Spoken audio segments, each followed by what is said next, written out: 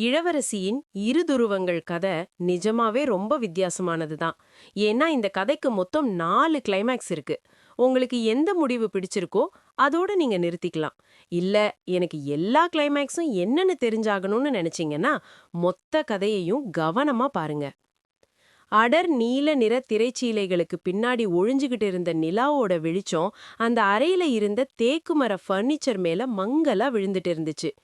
ஜன்னல் வழியா உள்ள வந்த லேசான காத்து டேபிள் மேல இருந்த மல்லிகை பூவோட வாசனைய ரூம் ஃபுல்லா பரப்பியது. மித்ரன் மெதுவா கதவை திறந்துட்டு உள்ள வந்தான். கட்டிலோட ஓரத்துல உட்கார்ந்திருந்த இளவரசி அவன் வர்ற சத்தம் கேட்டதும் அப்படியே திடுக்கிட்டு நிமிர்ந்தா. அவ விரல்கள் சேல முந்தானைய ரொம்ப டைட்டா பிடிச்சுக்கிட்டு இருந்துச்சு. அவ கண்ணுங்க தரைய தவிர வேற எதையும் பார்க்கல. உடம்பு லேசா நடுங்கிட்டு இருந்துச்சு. மித்ரன் அவ பக்கத்துல வந்து உட்கார்ந்தான். அவ பயப்படுறத புரிஞ்சுக்கிட்டவன் மாதிரி ரொம்ப மென்மையான குரல்ல, இளவரசி என்னாச்சு, ஏதும் பயமா இருக்கா, ஏன் ஒரு மாதிரியா இருக்க அப்படின்னு கேட்டான். அவ எதுவுமே பேசல. தொண்டைக்குள்ள ஏதோ அடைக்கிற மாதிரி இருந்துச்சு அவளுக்கு. அவன் பக்கத்துல இருக்கான்றத உணர்ந்த அடுத்த செகண்ட் அவளோட மூச்சு காத்து சீரற்று போச்சு. இங்க பாரு, உனக்கு விருப்பமில்லாம நான் எதையும் செய்ய மாட்டேன், கொஞ்சம் ரிலாக்ஸ் ஆயிரு அப்படின்னு சொல்லிக்கிட்டே மித்ரன் அவ கைய தொட போனான். அவனோட விரல் பட்டதுமே ஏதோ கரண்ட் ஷாக் அடிச்ச மாதிரி இளவரசி துள்ளி கள்ளி போனா. அவ கண்ணுங்க பயத்துல பெருசாகி எதையோ பார்த்து மிரள்ற மாதிரி நிலை குத்தி நின்னுச்சு. அந்த ரூம்ல இருந்த லைட் வெளிச்சம் கூட அவளுக்கு ஒரு மாதிரி எரிச்சலா இருந்துச்சு. 10 வருஷத்துக்கு முன்னாடி இதே மாதிரி ஒரு ராத்திரி 20 வயசு இளவரசிக்கு அந்த அறை ஒரு மணவற மாதிரி தெரியல, ஏதோ ஒரு இருட்டான ஜெயில் மாதிரி தான் தெரிஞ்சது. கல்யாணோட கண்ணுங்க அவள ஒரு மனுஷியா பாக்கல, ஒரு வேட்டைக்காரன் தன் இரையை எப்படி வெறிச்சு பாப்பானோ அப்படி ஒரு கொடூரமான பார்வை அது. அவ கையில இருந்த பால் சொம்பு பயத்துல தந்தி அடிக்க பால் தழும்பி தரையில சிந்துச்சு. என்னடி, ரொம்ப நேரமா அங்கேயே சிலையாட்டம் நின்னுட்டு இருக்க, இங்க வான்னு சொன்னா காது கேக்கலையா? கல்யாண் கத்துனான். அவன் குரல்ல துளி கூட அன்பு இல்ல, வெறும் அதிகார திமிர் மட்டும்தான் இருந்துச்சு. அவ பயந்து பயந்து மெதுவா அவன் பக்கத்துல போனப்போ அவன் கொஞ்சமும் தயக்கம் இல்லாம அவ கைய ரொம்ப வேகமா பிடிச்சு இழுத்தான். ஆ, விடுங்க, ரொம்ப வலிக்குது அப்படின்னு அவ கத்துனப்போ அவன் ஒரு ஏளனமான சிரிப்பு சிரிச்சான். வலிக்குதா? வலிக்கட்டும். வலிச்சாதான் இது கல்யாண வாழ்க்கைன்னு அர்த்தம். என்னவோ பெரிய உத்தமி மாதிரி ஏன் இப்படி பம்முற? இனிமே நான் சொல்றதுதான் இந்த வீட்ல சட்டம். இந்த பயம் உன் மனசுல எப்பவும் இருக்கணும். அப்பதான் நீ எனக்கு அடங்கி நடப்ப. அவன் வாயிலிருந்து வந்த ஒவ்வொரு வார்த்தையும் சவுக்கடி மாதிரி அவ மேல விழுந்துச்சு.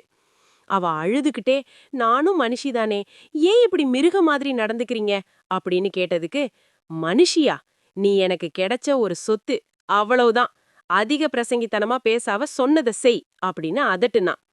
அன்னைக்கு நைட்டு ஃபுல்லா அவளோட சத்தமில்லாத அழுகையையும் கதறலையும் அந்த 4 செவுத்துங்க மட்டும்தான் சாட்சியா பார்த்துட்டு இருந்துச்சு.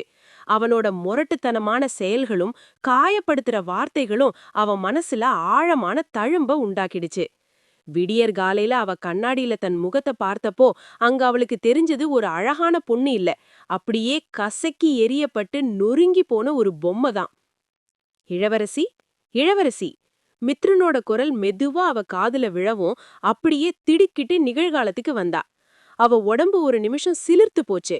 நெத்தியில முத்து முத்தா அரும்பியிருந்த வேர்வைய சேல முந்தானையால அவசரமா தொடச்சுக்கிட்டு அவன் நிமிர்ந்து பார்த்தா. மித்ரனோட கண்ணுல கல்யாண் கிட்ட இருந்த அந்த வேட்டைக்காரனோட வெறி இல்ல, அதுக்கு பதிலா ஒரு விதமான கவலையும் அக்கறையும் கலந்த ஒரு பரிவு தான் இருந்துச்சு. இல்ல, ஒண்ணும் இல்ல, சும்மா பழைய ஞாபகம் வந்துருச்சு, அதான் அப்படின்னு சொல்லி திக்கி திணறனா. மித்ரன் அவளை பார்த்து ரொம்ப நிதானமா புன்னகைச்சான்.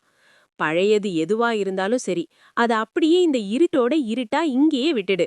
அத கிளறி இப்பயே மனச போட்டு குழப்பிக்கிட்டு, நான் உன்கிட்ட நிறைய பேசணும்னு நினைச்சேன், ஆனா உன்னை பார்த்தா இப்ப ரொம்ப டயர்டா இருக்கிற மாதிரி தெரியுது, முகமே வாடி போயிருக்கு அப்படின்னு சொன்னான். அவ அமைதியா இருக்கவும் அவனே தொடர்ந்தான். இங்க பாரு, ஒன்னும் அவசரம் கிடையாது. நாம பேசிக்கிறதுக்கு இன்னும் எவ்வளவோ காலம் இருக்கு. நீ எத பத்தியும் யோசிக்காம அமைதியா தூங்கு. மத்ததெல்லாம் நாம அப்புறம் நிதானமா பேசிக்கலாம், சரியா? குட் நைட் அப்படின்னு சொல்லிட்டு அவளுக்கு போர்வைய மெதுவா இழுத்து விட்டுட்டான். சொன்ன மாதிரியே அவளை தொந்தரவு செய்யாம அவகிட்ட இருந்து கொஞ்சம் தள்ளி படுத்துக்கிட்டான். அவன் காட்டிய அந்த மென்மையான விலகலும் கொடுத்த இடைவெளியும் இளவரசிக்கு ஒரு பெரிய பாரத்தை இறக்கி வச்ச மாதிரி ஒரு ஆறுதலை கொடுத்துச்சு. ஆனா அவ்வளவு சீக்கிரம் அவ கண்ணுல தூக்கம் வரல. இருட்டுல கண்ணை திறந்துகிட்டே படுத்திருந்தா. இந்த மாதிரி ஒரு கனிவான பேச்ச அவ இதுவரைக்கும் கேட்டதே இல்ல. இது அவளுக்கு ரொம்ப புதுசா இருந்துச்சு. ஆனா அதே சமயம் மனசோட ஏதோ ஒரு மூலையில அந்த பழைய பயம் ஒரு மிருகம் மாதிரி பதுங்கி பாத்துக்கிட்டு தான் இருந்துச்சு. நிச்சயமா மித்திரன் கல்யாண் கொடுத்த அந்த நரகத்தோட தொடர்ச்சி கிடையாதுன்னு அவ அறிவு சொல்லுச்சு. ஆனா அவ உடம்பு இன்னும் அந்த பழைய காயங்களோட நினைவிலேயே உறைஞ்சு போயிருந்ததுனால மனசு ஏனோ இன்னும் முழுசா அவனை நம்ப தயங்குச்சு. காலை நேரத்து இழவெயில் ஜன்னல் கம்பிகள் வழியே சமையலறை தரையில அழகா கோலமிட்டிருந்தது. குளிச்சு முடிச்சுட்டு ஈரக்கூந்தர நுனியில மட்டும் ஒரு முடிச்சு போட்டுக்கிட்டு அவசர அவசரமா சமையலறைக்குள்ள நுழைஞ்ச இளவரசி அங்க இருந்த காட்சிய பார்த்து அப்படியே திகைச்சு போய் நின்னுட்டா. அங்கே அவளோட மாமனார் சிவராமன் ரொம்ப நிதானமா அடுப்பு முன்னாடி நின்னு பாலை காய்ச்சிக்கிட்டு இருந்தாரு. ஒரு கையில டிகாஷன் ஃபில்டரை தட்டிட்டு இன்னொரு கையால சர்க்கரை டப்பா எங்க இருக்குன்னு தேடிக்கிட்டு இருந்தாரு. மாமா, என்ன பண்றீங்க? இளவரசியோட குரல்ல ஒரு விதமான பதற்றம் தெரிஞ்சது. சிவராமன் மெதுவா திரும்பி பார்த்து சிரிச்சாரு. ஒன்னும் இல்ல இளவரசி, காஃபி போடலான்னு பார்த்தேன். மித்ரன் இப்போதான் முழிச்சான். அவனுக்கு ஒரு ஸ்ட்ராங் காஃபி கொடுத்தாதான் அந்த மனுஷன் கொஞ்சம் தெம்பாவான். அதான் நானே போடலான்னு இறங்கிட்டேன் அப்படின்னு ரொம்ப கேஷுவலா சொன்னாரு. இளவரசி பதறி போய் வேக வேகமா அவர் பக்கத்துல போனா. ஐயோ மாமா, என்கிட்ட கொடுங்க, நான் போடுறேன். நீங்க ஏன் இதெல்லாம் செஞ்சிட்டு இருக்கீங்க? தப்பு மாமா, தயவு செஞ்சு விடுங்க அப்படின்னு சொல்லும்போதே அவ கைங்கள் லேசா நடுங்குச்சு. அவர் கையில இருந்த பாத்திரத்தை கிட்டத்தட்ட பிடுங்குற மாதிரி வாங்கிக்கிட்டா. அவ முகத்துல ஒரு விதமான பயம் வந்து ஒட்டிக்குச்சு. யாராவது பார்த்தா என்ன நினைப்பாங்க? நீங்க போய் உட்காருங்க மாமா, நான் கவனிச்சுக்கிறேன் அப்படின்னு படபடப்பா சொன்னா. வீட்டுல பெரியவங்க வேலை செய்யும்போது ஒரு மருமகள் சும்மா இருக்கிறது எவ்வளவு பெரிய தப்புன்னு அவளோட கடந்த காலம் அவளுக்கு சாபமா சொல்லி கொடுத்திருந்தது. 10 வருஷத்துக்கு முன்னாடி கல்யாணோட வீட்ல இதே மாதிரி ஒரு காலை பொழுது. அன்னைக்கு இளவரசிக்கு பயங்கரமான காய்ச்சல். உடம்பு அப்படியே அனலா கொதிச்சதுல 10 நிமிஷம் லேட்டா முழிச்சிட்டா. தலையெல்லாம் பாரமா இருக்க தள்ளாடிக்கிட்டே சமையலறைக்கு ஓடி வந்தா. அங்க அவளோட மாமியார் கற்பகம் கைய கட்டிக்கிட்டு ஒரு மாதிரி வெறியோட காத்துட்டு இருந்தாங்க. என்னடி மகாராணி, சூரிய உச்சிக்கு வந்தாச்சு, இப்பதான் மெல்ல அசைஞ்சு வரியா? இந்த வீட்ல இருக்கிறவங்களுக்கெல்லாம் யாரு கஞ்சி ஊத்துறது? உன் அப்பன் வீட்ல இருந்து யாராவது வந்து ஊத்துவாங்களோ? கற்பகத்தோட குரல் ஈட்டி மாதிரி அவ மனசுல தச்சது. அத்தை, ரொம்ப தலைவலி, அதான் கொஞ்சம் லேட் ஆகிடுச்சு அப்படின்னு இளவரசி சொல்லி முடிக்கிறதுக்குள்ள அடுப்புல இருந்த காலி பாத்திரத்தை ஓங்கி ஒரு தட்டு தட்டுனாங்க அந்த அம்மா. தலைவலினா உடனே செத்தா போயிடுவ? பெத்த வீட்ல இதெல்லாம் சொல்லி தரலையா? புருஷ வீட்டுக்கு வந்தா விடியற் காலையில எழுந்து வாசல்ல சாணி தெளிக்கணும், அடுப்படி வேலைய முடிக்கணும்னு ஒரு விவஸ்தை வேண்டாமா? இதோ பாரு, அந்த பக்கம் பாத்திரம் தேய்க்காம மலையாட்டம் கிடக்கு, இந்த பக்கம் துணி ஊற போட்டிருக்கு. இதையெல்லாம் முடிச்சிட்டு தான் நீ ஒரு சொட்டு தண்ணி குடிக்கணும். வேலையில கொஞ்சம் பிசிறு தட்டினாலும் சரி, கல்யாண் கிட்ட சொல்லி உன்னை என்ன பண்ணுவேன்னு தெரியும்ல அப்படின்னு மிரட்டினாங்க. அத்தை, ஒரு நிமிஷம் உட்கார்ந்துட்டு வந்துடுறேன் அப்படின்னு அவ கெஞ்சினதுக்கு, வாய மூடிட்டு வேலைய பாருடி அப்படின்னு ஒரு அதட்டு விழுந்தது. அன்னைக்கு நாள் ஃபுல்லா அந்த வேகாத காய்ச்சலோடவே வீட்ல இருக்கிற ஒவ்வொரு மூலையிலயும் தேய்ச்சு தொடச்சா இளவரசி. ஒரு வேலைக்காரிக்கு கூட கிடைக்கிற சின்ன ஓய்வு கூட அவளுக்கு அன்னைக்கு கிடைக்கல. இதையெல்லாம் கல்யாணம் பார்த்தும் பார்க்காதது மாதிரி தன் போன்ல மூழ்கி போயிருந்தான். அவளுக்கு ஒரு மாத்திரை கூட வாங்கி தரணும்னு அவனுக்கு தோணல. அவளை பொறுத்தவரை அந்த வீடு ஒரு பெரிய உழைப்பு முகாம் மாதிரி தான் இருந்துச்சு. அங்க அவ மனுஷியே இல்ல, வெறும் ஒரு மெஷின் மட்டும்தான். இளவரசி, என்னம்மா ஆச்சு? ஏன் அப்படியே ஷாக்காய் நின்னுட்ட? சிவராமன் ரொம்ப கனிவா கேட்ட அந்த வார்த்தைங்க தான் அவளை மறுபடியும் இந்த உலகத்துக்கு கொண்டு வந்துச்சு. அவ கையில இருந்த காஃபி டவரா பயத்துல லேசா ஆடுச்சு. இல்ல மாமா, அத்தை பார்த்தா திட்ட போறாங்க, நான் சீக்கிரம் வேலையை முடிச்சிடுறேன் அப்படின்னு அவசரமா சொல்லிட்டு அப்புறம்தான் அவளுக்கு உரைச்சது. உடனே பதற்றத்துல நாக்கு கடிச்சுக்கிட்டா. சிவராமன் ஒரு நிமிஷம் அப்படியே அமைதியானாரு. அவளோட அந்த பயந்த கண்ணுங்களுக்கு பின்னாடி இருக்கிற பழைய ரணத்தை அவர் ஓரளவுக்கு புரிஞ்சுக்கிட்டாருன்னு தான் தோணுச்சு. மெதுவா சிரிச்சுக்கிட்டே, இங்க பாரு இளவரசி, இந்த வீட்ல யாரு வேணா காஃபி போடலாம், சமைக்கலாம். இன்னைக்கு நான் போட்டா நாளைக்கு மித்திரன் போடுவான். இது உன் வீடுமா, இங்க நீ ஒன்னும் வேலைக்காரி கிடையாது. நீ இந்த வீட்டுக்கு மகாராணி மாதிரி இருக்கணும்னு தான் எனக்கும் என் பையனுக்கும் ஆசை அப்படின்னு சொன்னாரு. அவர் அங்கிருந்து சிரிச்சுக்கிட்டே நகர்ந்த பிறகு இளவரசி அந்த பாத்திரத்தையே வெறிச்சு பார்த்துட்டு நின்னா. அவ கண்ணுல லேசா கண்ணீர் முட்டுச்சு. அன்புன்றது இவ்ளோ சிம்பிளான விஷயமா அப்படின்னு அவ மனசு யோசிக்க ஆரம்பிச்சது. நகரத்தோட அந்த பரபரப்பான பெரிய ஜவுளி கடை. உள்ள நுழைஞ்சதும் ஏர் கண்டிஷன் குளிர்ச்சி இளவரசியோட உடம்ப தீண்டுச்சு. ஆனா அவ மனசுக்குள்ள ஏனோ ஒரு விதமான தகிப்பு இருந்துகிட்டே இருந்துச்சு. அடுக்கடுக்கா அடுக்கி வைக்கப்பட்டிருந்த விதவிதமான பட்டுச் சேலைகளும் லேட்டஸ்ட் டிசைன் உடைகளும் மத்தவங்களுக்கு வேணா ஆச்சரியத்தை தரலாம். ஆனா இளவரசிக்கு அது ஒரு தத்தளிப்பை தான் கொடுத்துச்சு. ஏதோ ஒரு தப்பு செஞ்ச இடத்துல நிக்கிற மாதிரி அவ முகம் வாடி போய் இருந்துச்சு. மித்ரன் ரொம்ப ஆர்வமா ஒரு மெரூன் நிற சேலையை எடுத்து அவ முன்னாடி பிடிச்சு பார்த்தான். இந்த கலர் உனக்கு ரொம்ப எடுப்பா இருக்கும் இளவரசி. உனக்கு இது பிடிச்சிருக்கா? இல்ல வேற ஏதாவது மாடல், வேற ஏதாவது கலர் பார்க்கலாமா? அப்படின்னு ரொம்ப அக்கறையா கேட்டான். இளவரசி சட்டுன்னு ஒரு அடி பின்னாடி போனா. உங்களுக்கு எது பிடிச்சிருக்கோ அதையே எடுத்துக்கோங்க. நீங்க எதை எடுக்கறீங்களோ அதுவே போதுங்க அப்படின்னு தலைய குனிஞ்சுகிட்டே மெல்லிய குரல்ல சொன்னான். மித்ரன் அவளோட தோள மென்மையா தொட்டு அவள அவன் பக்கம் திருப்புனான். இங்க பாரு இளவரசி, நான் கேக்குறது உன்னோட ஆசைய. உனக்குன்னு ஒரு டேஸ்ட் இருக்கும்ல. உனக்கு பிடிச்ச கலர், உனக்கு பிடிச்ச டிசைன் எதா இருந்தாலும் தயங்காம எடு. விலைய பத்தி நீ கவலையே படாத. இன்னைக்கு முழுசா உனக்காக தான் நாம இங்க வந்திருக்கோம். எதை வேணா கை காட்டு, வாங்கிடலாம் அப்படின்னு ரொம்ப உற்சாகமா சொன்னான். அவ திகைச்சு போய் அவனை நிமிர்ந்து பார்த்தா. உனக்கு பிடிச்சதை எடு. இந்த ஒரு வரி அவ காதுல இதுவரைக்கும் கேட்காத ஏதோ ஒரு புது மொழி மாதிரி ஒலிச்சது. 10 வருஷத்துக்கு முன்னாடி ஒரு தீபாவளி நேரம் கல்யாண் அவள ஒரு கடைக்கு கூட்டிட்டு போயிருந்தான். இளவரசி ரொம்ப ஆசையா ஒரு லைட் ப்ளூ கலர் சுடிதார தொட்டு பார்த்தா. அவளுக்கு அந்த கலர்னா அவ்ளோ பிடிக்கும். மனசுக்குள்ள ஒரு சின்ன சந்தோஷம் வந்துச்சு. என்னங்க, இந்த ட்ரெஸ் பார்க்க ரொம்ப அழகா இருக்குல்ல, இதையே எடுத்துக்கலாமா அப்படின்னு கண்கள் விரிய ரொம்ப ஆர்வமா கேட்டா. ஆனா கல்யாண் அவள ஒரு மாதிரி ஏற இறங்க பார்த்துட்டு அங்க இருந்த மத்தவங்க எல்லாரும் கேக்குற மாதிரி அசிங்கமா சிரிச்சான். உனக்கு எதுக்கடி இந்த கலர்லாம்? ஏற்கனவே உன் மூஞ்ச பார்க்கவே சகிக்கல. இதுல இந்த துணிய போட்டா அப்படியே பிச்சைக்காரி மாதிரி இருப்ப. உனக்கு அறிவு இருக்கா இல்லையா? இல்ல உன் அப்பா வீட்டுல கழட்டி வச்சுட்டு வந்துட்டியா அப்படின்னு கத்துனா. அவ அப்படியே அசிங்கப்பட்டு போய் தலை குனிஞ்சு நின்னா. சுத்தி இருந்த சேல்ஸ்மென் எல்லாரும் அவள ஒரு மாதிரியா பாக்குற மாதிரி அவளுக்கு தோணுச்சு. தர பிழக்காதா, உள்ள போயிட மாட்டோமான்னு இருந்துச்சு அவளுக்கு. அங்க பாரு, அந்த மூலையில கிடக்கிற அந்த டார்க் கலர் சேலையை எடு. அதுதான் உன் முகத்துக்கு தகுந்த ட்ரெஸ். எதை உடுத்தணும்னு கூட தெரியாம வந்து நிப்பா. உருப்படியா ஒரு செலக்ஷன் பண்ண தெரியுதா பாரு அப்படின்னு மிரட்டனா. அவளோட சின்ன சின்ன ஆசைகளை கூட மட்டம் தட்டி அவ ரசனைய சிதைக்கிறதுல அவனுக்கு ஒரு வினோதமான சந்தோஷம் கிடைச்சது. அன்னைக்கு அவன் கட்டாயப்படுத்தி எடுக்க வச்ச அந்த சேலை அவளுக்கு ஒரு ட்ரெஸ்ஸா தெரியல, அவளோட சுய மரியாதையை கிழிச்சு போட்ட ஒரு துணியாத்தான் தெரிஞ்சது. இளவரசி, எங்கேயோ போயிட்ட? மித்ரனோட குரல் அவளோட யோசனைய அப்படியே கலைச்சது. அவன் தற்செயலா ஒரு அழகான விளிர் நீல நிற சேலைய அவகிட்ட காட்டினான். இந்த கலர் உனக்கு ரொம்ப பிடிக்கும்னு தோணுது. கடைக்கு வந்த நேரத்துல இருந்து உன் கண்ணு இதையே தான் பாத்துட்டு இருக்கு.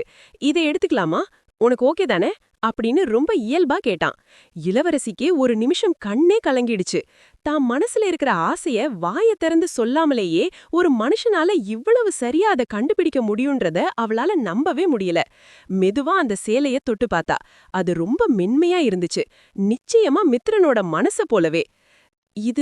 இதுவே போதுங்க, எனக்கு நிஜமாவே ரொம்ப பிடிச்சிருக்கு அப்படின்னு சொன்னா. அப்போ அவளோட உதட்டுல முதல்ல ஒரு சின்ன புன்னகை அரும்பிச்சு. அந்த புன்னகையில 10 வருஷமா அவள பூட்டி வச்சிருந்த அந்த இருட்டு சிறை அப்படியே உடைஞ்சு செதற மாதிரி இருந்துச்சு. மித்ரன் பதிலுக்கு ரொம்ப அழகா சிரிச்சான். உனக்கு பிடிச்சிருந்த எனக்கு அதுவே போதும். ஆனா ஒன்னுத்தோட நிறுத்தக்கூடாது. இன்னும் 4-5 கலர்ல உனக்கு எது வேணுமோ எடுப்போம், வா அப்படின்னு சொல்லி அவள அடுத்த செக்ஷனுக்கு கூட்டிட்டு போனான். அவ இப்ப முன்னாடி மாதிரி பயந்து ஒதுங்கல. மித்ரனோட அந்த பாதுகாப்பான நிழல்ல அவளோட தொலைஞ்சு போன ரசனைகளும் ஆசைகளும் மெல்ல மெல்ல துளிர்க்க ஆரம்பிச்சது. மதிய நேரத்து அந்த அமைதியான சூழல்ல ஹால்ல இருந்த டிவில ஒரு குடும்ப நாடகம் சத்தமா ஓடிக்கிட்டு இருந்துச்சு. மித்ரனோட அம்மா சரஸ்வதி சோதாவுல ரொம்ப ஆர்வமா உட்காந்து ஸ்கிரீனையே பார்த்துட்டு இருந்தாங்க. அவங்களுக்கு பக்கத்துல கொஞ்சம் தள்ளி ஒரு விதமான தயக்கத்தோடவும் பயத்தோடவும் உட்கார்ந்திருந்தா இளவரசி. இன்னும் அவளுக்கு இந்த வீடு முழுசா பழகல. இளவரசி, ஏன் அங்க தள்ளி உட்கார்ந்திருக்க? இங்க வந்து என் பக்கத்துல உட்காருமா. அந்த பொண்ணு பண்றத பாரே, எவ்வளவு நல்லவளா இருக்காளே. இந்த மாமியாருக்கு ஏன் தான் கண்ணு தெரியலையோ, அந்த பொண்ணை போட்டு இவ்ளோ பாடுபடுத்துறாங்க அப்படின்னு சரஸ்வதி ரொம்ப வாஞ்சையா அவ கைய பிடிச்சு இழுத்து தம் பக்கத்துல உட்கார வச்சாங்க. இளவரசி மெதுவா அவங்க பக்கத்துல போய் உக்காந்தா. சரஸ்வதி ஒரு பிளேட்ல நறுக்கி வச்சிருந்த ஆப்பிள் துண்டுகளை அவகிட்ட நீட்டி, இந்தம்மா இத சாப்பிட்டுக்கிட்டே பாரு, கதை இப்பதான் சூடு பிடிக்குது. அந்த வில்லி அடுத்து என்ன பண்றான்னு பாப்போம் அப்படின்னு ரொம்ப இயல்பா சொன்னாங்க. இளவரசிக்கு அந்த இடமே ஒரு கனவு மாதிரி இருந்துச்சு. ஒரு மாமியார் தன் மருமகள் கிட்ட இவ்வளவு அன்பா பேசி அரட்டை அடிச்சுக்கிட்டே டைம் பாஸ் பண்றதா? அவ கண்ணு டிவிய பாத்துட்டு இருந்தாலும் மனசு அப்படியே பின்னோக்கி ஓடுச்சு. 9 வருஷத்துக்கு முன்னாடி கல்யாணோட வீட்ல ஒரு கசப்பான சாயந்திரம். அன்னிக்கு கல்யாணோட தங்கச்சி ரம்யா வீட்டுக்கு வந்திருந்தா. ஹால்ல கல்யாணம் அவங்க அம்மாவும் உட்கார்ந்துட்டு இருக்க, ரம்யா அழுதுகிட்டே ஒரு பெரிய நாடகத்தையே ஆடிட்டு இருந்தா. அண்ணா, இவள போய் இந்த வீட்டுக்கு மருமகளா கொண்டு வந்தியே, நான் ஆசையா வச்சிருந்தேன் என் தங்கச்சைன காணோம்னா. இவதான் ரூம்குள்ள போயிட்டு வந்தா.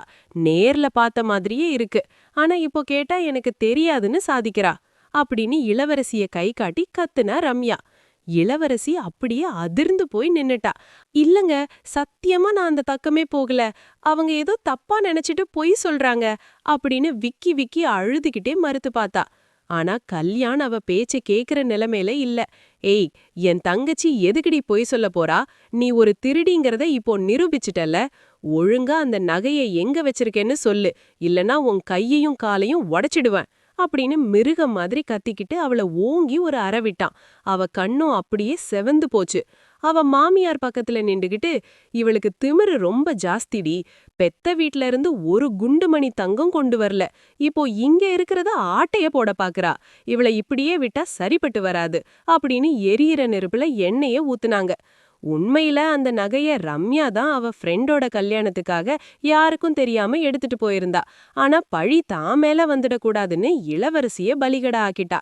அன்னிக்கு நைட்டு பூரா ஒரு குற்றவாளி மாதிரி இளவரசி ரூம் மூலையில உட்காந்து விம்மி விம்மி அழுதுகிட்டு இருந்தா. அப்புறமா உண்மை தெரிஞ்சும் கூட அந்த வீட்ல ஒருத்தர் கூட அவகிட்ட தப்பா நினைச்சிட்டோன்னு ஒரு வார்த்தை கூட மன்னிப்பு கேட்கல. ஐயோ, பாத்தியா இளவரசி, அந்த வில்லி பண்ற வேலைய பாரேன். அந்த பொண்ணு மேல வீண் பழி போடுறா. நிஜமா இதெல்லாம் தாங்கவே முடியாதுல்ல. சரஸ்வதியோட ஆதங்கமான குரல் இளவரசிய அப்படியே உலுக்கி எடுத்துடுச்சு. இளவரசி திடுக்கிட்டு போய் அவங்கள பார்த்தா. சரஸ்வதி அவ கைய பிடிச்சுக்கிட்டு, உண்மையான அன்பு இருக்கிற இடத்துல இந்த மாதிரி சூழ்ச்சி எல்லாம் ஜெயிக்காதுமா. நாம நேர்மையா இருந்தா அந்த தெய்வமே நம்ம கைவிடாது அப்படின்னு சொல்லிக்கிட்டே அவ தலைய மென்மையா வருடி விட்டாங்க. அந்த ஸ்பரிசம் இளவரசிக்கு ஒரு பெரிய விடுதலைய தந்தது. ஒரு பெண்ணுக்கு இன்னொரு பெண் இவ்வளவு பெரிய பலமா இருக்க முடியும்ன்றத அவ இப்பதான் முதலா உணர்றா. அவ மெதுவா சிரிச்சா. ஆமா அத்த, உண்மை ஒரு நாள் கண்டிப்பா வெளியே வரும் அப்படின்னு சொன்னா. அவ குரல்ல முதல் முறையா ஒரு தெளிவும் தைரியமும் பிறந்துச்சு. இப்போ அந்த ஹால்ல ஓடிட்டு இருந்த நாடகம் அவளுக்கு ஒரு கதையா தெரியல. அவளோட பழைய வாழ்க்கையில இருந்து அவ விடுபட்டு வர்றதுக்கான ஒரு அறிகுறியா தெரிஞ்சுது. சரஸ்வதியோட அந்த கனிவான பார்வை அவ மனசுல இருந்த பாரத்தை அப்படியே இறக்கி வச்ச மாதிரி இருந்துச்சு. ராத்திரி நேரத்து அமைதியில அந்த அறையோட ஜன்னல் திரைச்சீலைங்க மெல்ல அசைஞ்சிட்டு இருந்துச்சு. மித்ரன் நல்லா தூண்டிட்டு இருந்தான். ஆனா அவனுக்கு பக்கத்துல படுத்திருந்த இளவரசியோட உடம்பு திடீர்னு நடுங்க ஆரம்பிச்சுது. நெத்தியில வேர்வை முத்து முத்த அரும்ப ஒரு பயங்கரமான கனவோட பிடியில அவ மாட்டிக்கிட்டு இருந்தா. வேணா, ப்ளீஸ் கிட்ட வராதீங்க, என்னை விட்டுருங்க அப்படின்னு சொல்லி முனகிக்கிட்டே தலைய 2 பக்கமும் வேகமா ஆட்டுனா. யாரோ அவ கழுத்த நெருக்கிற மாதிரி மூச்சு திணறி அவ உடம்பு அப்படியே அதிர்ச்சு. மித்ரன் திடுக்கிட்டு முழிச்சு எழுந்து உக்காந்தான். அவளோட நிலைய பார்த்ததும் அவன் நெஞ்சே பதறி போச்சு. இளவரசி, இளவரசி, கண்ண தர, நான் தான் மித்ரன் பேசுறேன், பயப்படாதம்மா, கண்ண தர அப்படின்னு ரொம்ப மென்மையா அவ தோள்களை தட்டி அவளை எழுப்ப முயற்சி செஞ்சான். அவ இன்னும் அந்த பழைய நரகத்திலிருந்து வெளியே வரலேன்றது அவனுக்கு புரிஞ்சுது. அவளோட அந்த நடுங்குற கைய பிடிச்சுக்கிட்டு, இங்க பாரு, யாரும் இல்ல, இது உன் வீடு, நான் உன் கூட தான் இருக்கேன் அப்படின்னு அவ காது ஓரத்துல ரொம்ப ஆறுதலா சொல்லிக்கிட்டே இருந்தான். 8 வருஷத்துக்கு முன்னாடி ஒரு மோசமான நைட்டு. கல்யாண் நல்லா குடிச்சிட்டு தள்ளாடிக்கிட்டே வந்து கதவ காலால ஓங்கி உதைச்சு திறந்துட்டு உள்ள வந்தான். அந்த சத்தத்துல இளவரசி பயந்து போய் ரூம் மூலையில அப்படியே ஒடுங்கி போனான். அவனோட கண்ணுங்க ரத்தம் மாதிரி செவந்து போயிருந்தது. வாயிலிருந்து மதுவோட நாத்தம் அருவருப்பா வீசிச்சு. எங்கடி போன? நான் வரும்போது கதவை திறக்க ஏன் இவ்வளோ நேரம் ஆகுது? மகாராணிக்கு அவ்வளோ திமிரா அப்படின்னு மிருகம் மாதிரி கத்துனான். அவளோட முந்தானை அப்படியே கொடூரமா பிடிச்சு இழுத்து அவளை முன்னாடி தள்ளிவிட்டான். இல்லைங்க, உடம்பு ஒரு மாதிரி இருந்துச்சு. அதான் அப்படியே தூங்கிட்டேன். ப்ளீஸ் விட்டுருங்க அப்படின்னு கை எடுத்து கும்பிட்டு அவ கெஞ்சினா. தூக்கமா? எனக்கு இல்லாத தூக்கம் உனக்கு எதுக்குடி அப்படின்னு சொல்லிக்கிட்டே டேபிள் மேல இருந்த கண்ணாடி டம்ளரை எடுத்து செவுத்துல அடிச்சு உடைச்சான். அந்த டம்ளர் சிதறி அவ கால்ல பட்டு ரத்தம் கசிஞ்சுது. ஆனா அவ அத பாக்குற நிலைமையில இல்ல. இன்னைக்கு நீ தூங்குறத நானும் பாக்குறேன் அப்படின்னு கத்திக்கிட்டே அவளை துன்புறுத்த ஆரம்பிச்சான். மது வெறியில அவ செஞ்ச ஒவ்வொரு கொடூரமான விஷயமும் அவ மனசுல ஒருபோதும் ஆறாத வடுவா பதிஞ்சு போச்சு. இளவரசி, அது வெறும் கனவுதான், பயப்படாத, இங்க பாரு நான் இருக்கேன் அப்படின்னு மித்ரனோட இந்த நிதானமான குரல் அவள அந்த நரகத்திலிருந்து மெதுவா வெளியில கொண்டு வந்துச்சு. அவ திடுக்கிட்டு கண்ண திறந்தா. முன்னாடி தெரிஞ்சது அந்த பழைய ராட்சசன் இல்ல, கனிவே உருவான மித்ரனோட முகம். அந்த ஒரு நிமிஷம் தம் மனசுல இருந்த பயத்தை அடக்க முடியாம அப்படியே மித்ரனை இறுக்கமா கட்டிக்கிட்டு விம்மி விம்மி அழ ஆரம்பிச்சிட்டா. அவளோட கண்ணீர் அவ ஷட்டைய அப்படியே நனைச்சுது. அந்த அழுகையில 10 வருஷத்து வலியும் வேதனையும் கரைஞ்சு போயிட்டு இருந்துச்சு. மித்ரன் கொஞ்சம் கூட பதறல. அவள விலக்கி விடாம அப்படியே ஒரு குழந்தைய தேத்துற மாதிரி அவ தலைய வருடி கொடுத்தான். ஒன்னும் இல்லம்மா, நான் இருக்கேன்ல, உன்னை இனிமே யாராலும் தொட முடியாது. அதெல்லாம் முடிஞ்சு போன ஒரு கெட்ட கனவு, அத அங்கேயே விட்டுடு அப்படின்னு ரொம்ப மென்மையா ஒரு தாலாட்டு மாதிரி சொன்னான். அவளோட உடம்பு நடுங்கிறது மெல்ல மெல்ல குறைஞ்சது. மித்ரனோட மடியில தலை சாச்சு படுத்திருந்த அந்த தருணம் அவளுக்கு உலகத்திலேயே ரொம்ப பாதுகாப்பான இடமா தெரிஞ்சுது. அவன் விடாம அவ முதுக தட்டி கொடுத்துக்கிட்டே இருந்தான். நீ எதை பத்தியும் யோசிக்காம தைரியமா தூங்கு, நான் உன் கைய பிடிச்சுக்கிட்டே இருக்கேன் அப்படின்னு சொல்லிட்டு அவளோட விரல்களை தான் விரல்களோட ரொம்ப மென்மையா கோர்த்துக்கிட்டான். அந்த ஸ்பரிசத்துல ஒரு அக்கறையும் நம்பிக்கையும் இருந்துச்சு. மித்ரனோட வீட்டு சமையலறையில ஒரு மெல்லிய சத்தம் கேட்டுச்சு. இளவரசியோட கை தவறி ஒரு பீங்கான் தட்டு தரையில விழுந்து சுக்கு நூறா சிதறிடுச்சு. அந்த சத்தம் அவ காதுகள்ல ஏதோ ஒரு பெரிய பாம் வெடிச்ச மாதிரி பயங்கரமா ஒலிச்சது. அடுத்த செகண்டே அவ உடம்பு நடுங்க ஆரம்பிச்சது. கண்ணுல ஒரு விதமான மரண பயம் தெரிஞ்சுது. ஐயோ, தப்பாயிடுச்சே, இப்போ என்ன ஆகுமோ, யாரு வந்து என்ன சொல்லப் போறாங்களோ அப்படின்னு நினைச்சவ சுதாரிக்கிறதுக்குள்ள வேக வேகமா தரையில உட்கார்ந்து அந்த கண்ணாடி சில்லுகளை தன் வெறும் கையாலேயே வார ஆரம்பிச்சா. பயத்துல அவ விரல்கள் தந்தி அடிச்சது.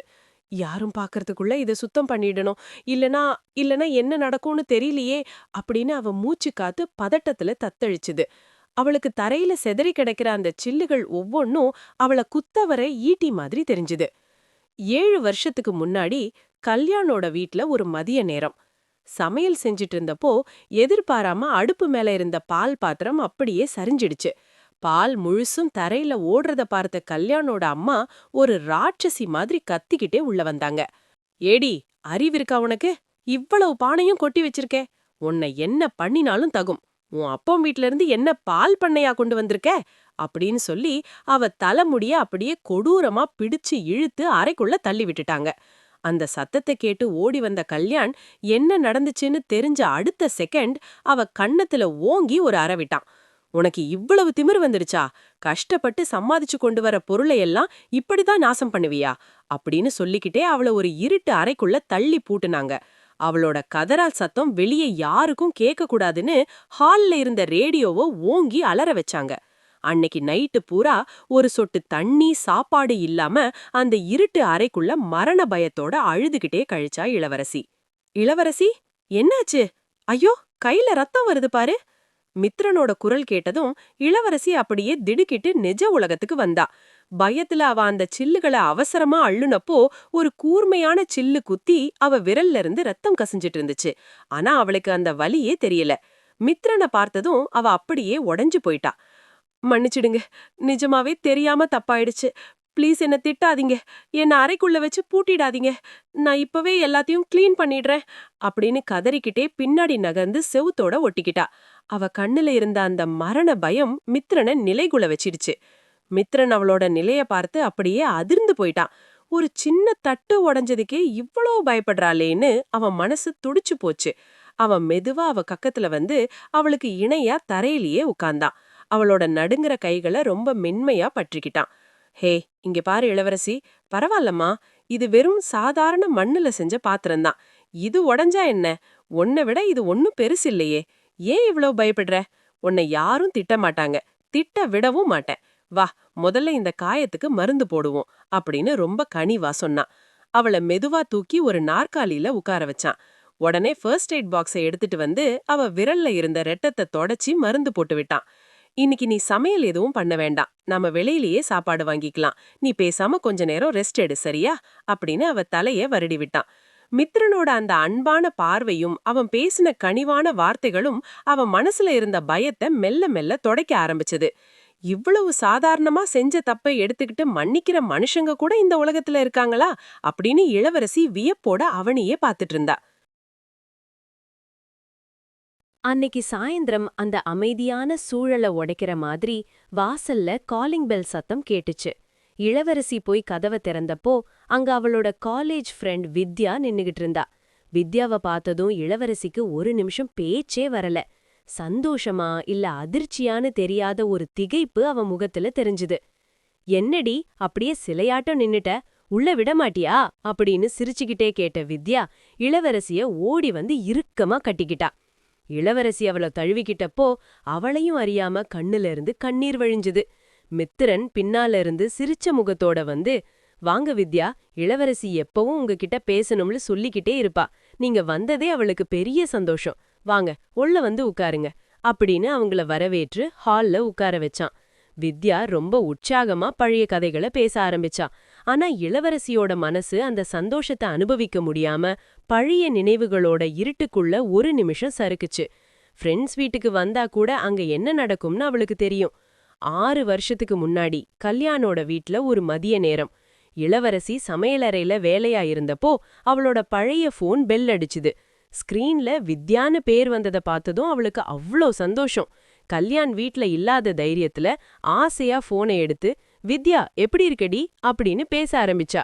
ஆனா விதி வேற மாதிரி இருந்துச்சு. அடுத்த 5வது நிமிஷமே வேலை விஷயமா பாதி வழியில இருந்து திரும்பிய கல்யாண் புயல் மாதிரி உள்ள நுழைஞ்சான். இளவரசி போன்ல பேசிக்கிட்டு இருந்தத பார்த்ததும் அவனுக்கு ஆத்திரம் தலைக்கேறிச்சு. ஓடி வந்து அவ கையில இருந்த போனை பிடுங்கி செவுத்துல ஓங்கி அடிச்சான். அந்த போன் அப்படியே சுக்கு நூறா செதறிடுச்சு. யார்கிட்டடி பேச்சு, புருஷன் சம்பாதிச்சு போடுற சாப்பாட்டை தின்னுட்டு உனக்கு எதுக்குடி வெளி உலக தொடர்பு அப்படின்னு மிருகம் மாதிரி கத்துனான். அது அது என் காலேஜ் ஃப்ரெண்ட் வித்யா தான், சும்மா பேசினா அப்படின்னு அவன் நடுங்கிக்கிட்டே சொல்ல வந்தா. ஃப்ரெண்டாவது மண்ணாவது, இனிமே இந்த வீட்ல நீ யாரு கூடவும் பேசக்கூடாது, உன் பெத்தவங்க வீட்டுக்கு கூட நான் சொல்லாம நீ ஃபோன் பண்ணக்கூடாது, புரியுதா? மறுபடியும் உன்கிட்ட போனை பார்த்தேன், அத உன் தலையிலே அடிச்சு உடைப்பேன் அப்படின்னு விரல நீட்டி எச்சரிச்சான். அன்னைக்கு ஆரம்பிச்சதுதான் அவளோட தனிமை. அவ உலகம் அப்படியே அந்த 4 செவுத்துக்குள்ள முடக்கப்பட்டுச்சு. யாரிடமாவது தெரியாம பேசினா கூட எங்கே கல்யாணுக்கு தெரிஞ்சிடுமோங்கிற மரண பயத்திலேயே அவளோட ஒவ்வொரு நாளும் நரகமா கழிஞ்சுது. என்னடி நான் பாட்டுக்கு தனியா பேசிட்டு இருக்கேன், நீ எங்கேயோ போயிட்ட? வித்யா அவ கைய பிடிச்சு உழுக்கவுன்னா இளவரசிக்கு சுயநினைவே வந்துச்சு. இளவரசி திடுக்கிட்டு பார்த்தா அப்போதான் மித்ரன் அவங்க 2 பேருக்கும் தட்டுல தின்பண்டங்களை எடுத்துட்டு வந்து வச்சான். நீங்க நிதானமா பேசுங்க வித்யா, இளவரசிக்கு அவ ஃப்ரெண்ட்ஸ் கூட டைம் ஸ்பெண்ட் பண்றதுதான் இப்போ ரொம்ப முக்கியம். நான் அப்படியே வெளியில கொஞ்சம் வேலை இருக்கு, போயிட்டு வரேன், நீங்க ஊர்க்கதை உலக கதையெல்லாம் பேசிட்டுருங்க அப்படின்னு சொல்லிட்டு அவங்க 2 பேருக்கும் ஒரு தனிமை கொடுத்துட்டு சிரிச்ச முகத்தோட அங்கிருந்து நகர்ந்தான். வித்யா ரொம்ப வியப்போட, மித்ரன் நிஜமாவே ஒரு தங்கொண்டி, உன் பழைய வாழ்க்கைய நினைச்சா எனக்கு இப்ப கூட நெஞ்சு வலிக்குது. அன்னைக்கு அவன் உன்னை ஒரு ஃபோன் கூட பேச விடாம பண்ண கொடுமையெல்லாம் இன்னும் என் கண்ணு முன்னாடி இருக்கு.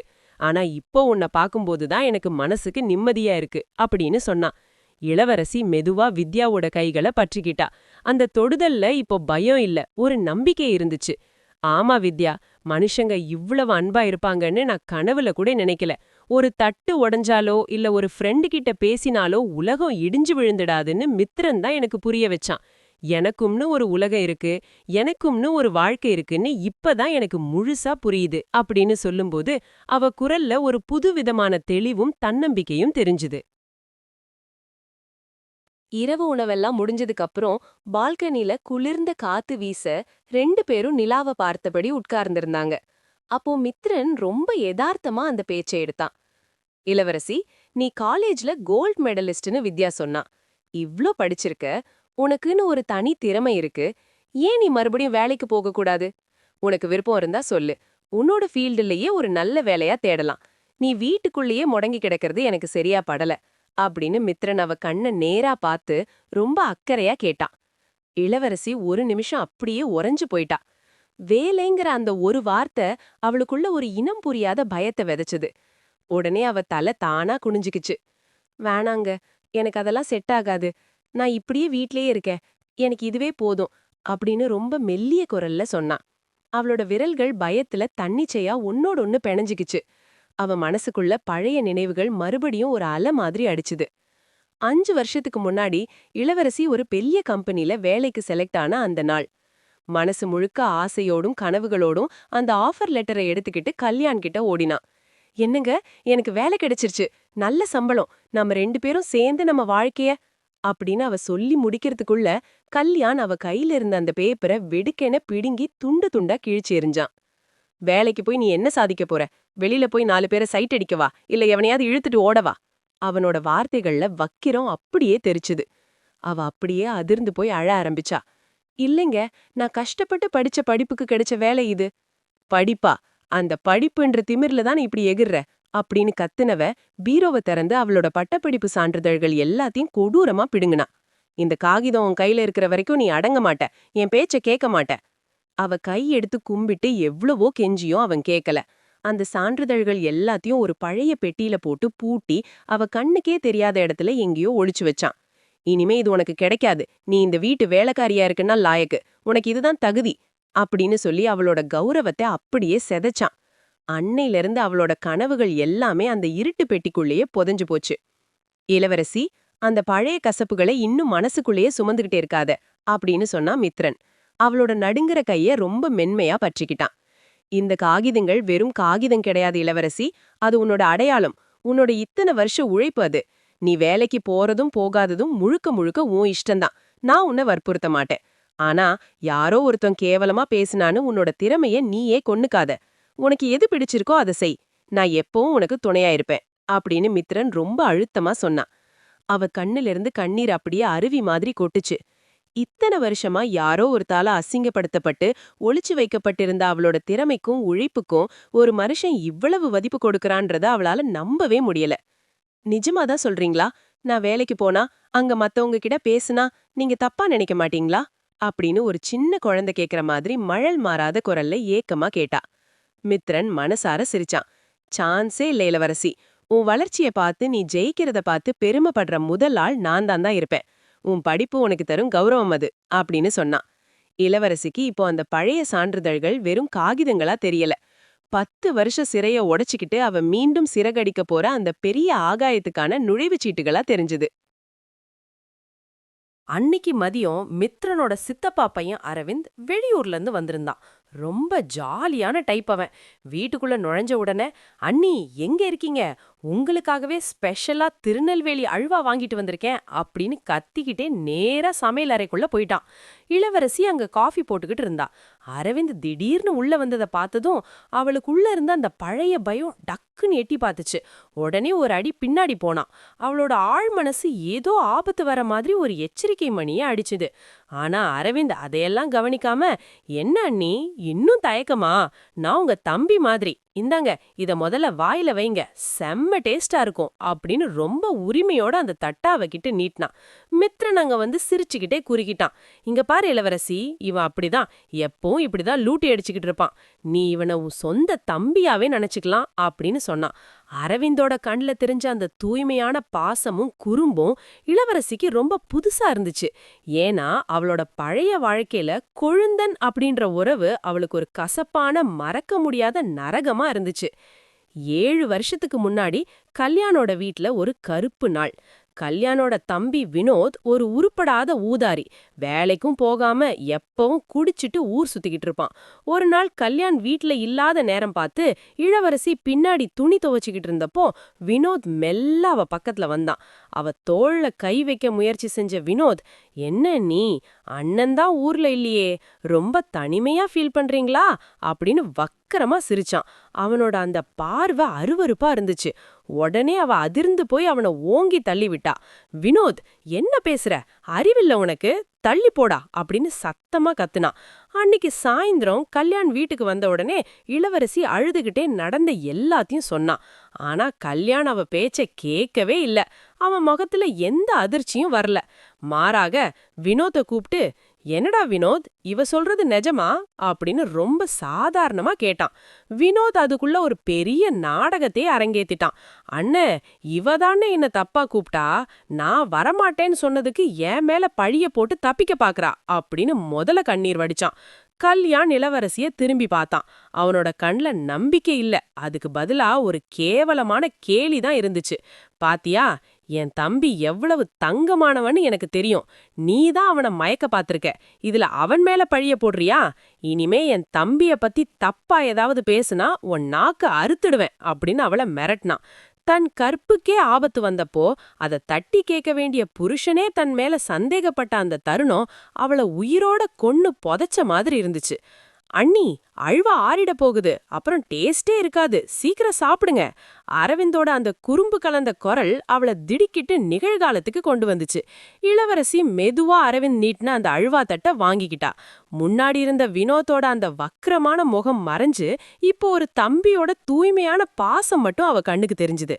ரொம்ப தேங்க்ஸ் தம்பி அப்படின்னு அவ சொன்னப்போ அந்த தம்பிங்கிற வார்த்தை ஏதோ கடமைக்கு சொல்லாம அவ இதயத்திலிருந்து ரொம்ப உண்மையாவே வந்துச்சு. பாதுகாப்பான ஒரு குடும்பம் கிடைக்கிறது ஒரு பெண்ணுக்கு எவ்வளவு பெரிய வரம்னு அவ இந்த நிமிஷமும் ஒவ்வொரு நிமிஷமும் உணர்ந்துகிட்டு இருந்தா. ஒரு காலத்துல பொண்களை பார்த்தாலே பயந்து நடுங்கி ஓடுனவள் இன்னைக்கு ஒரு தம்பியோட உரிமையையும் கணவனோட கண்ணியத்தையும் பார்த்து மெல்ல மெல்ல ஒரு புது மலரா மலர ஆரம்பிச்சா. அன்னைக்கு காலையில இளவரசியால படுக்கையை விட்டு எந்திரிக்கவே முடியல. உடம்பு காய்ச்சல்ல அப்படியே அனலா கொதிச்சது. தலை பாரமா இருக்கறதுனால இமைகளை கூட திறக்க முடியாம அவ கண்ணுங்க செவந்து போயிருந்தது. மித்ரன் ரூமுக்குள்ள வந்தவன் அவளோட அவஸ்தைய பார்த்துட்டு பதறி போய் பக்கத்துல ஓடி வந்தா.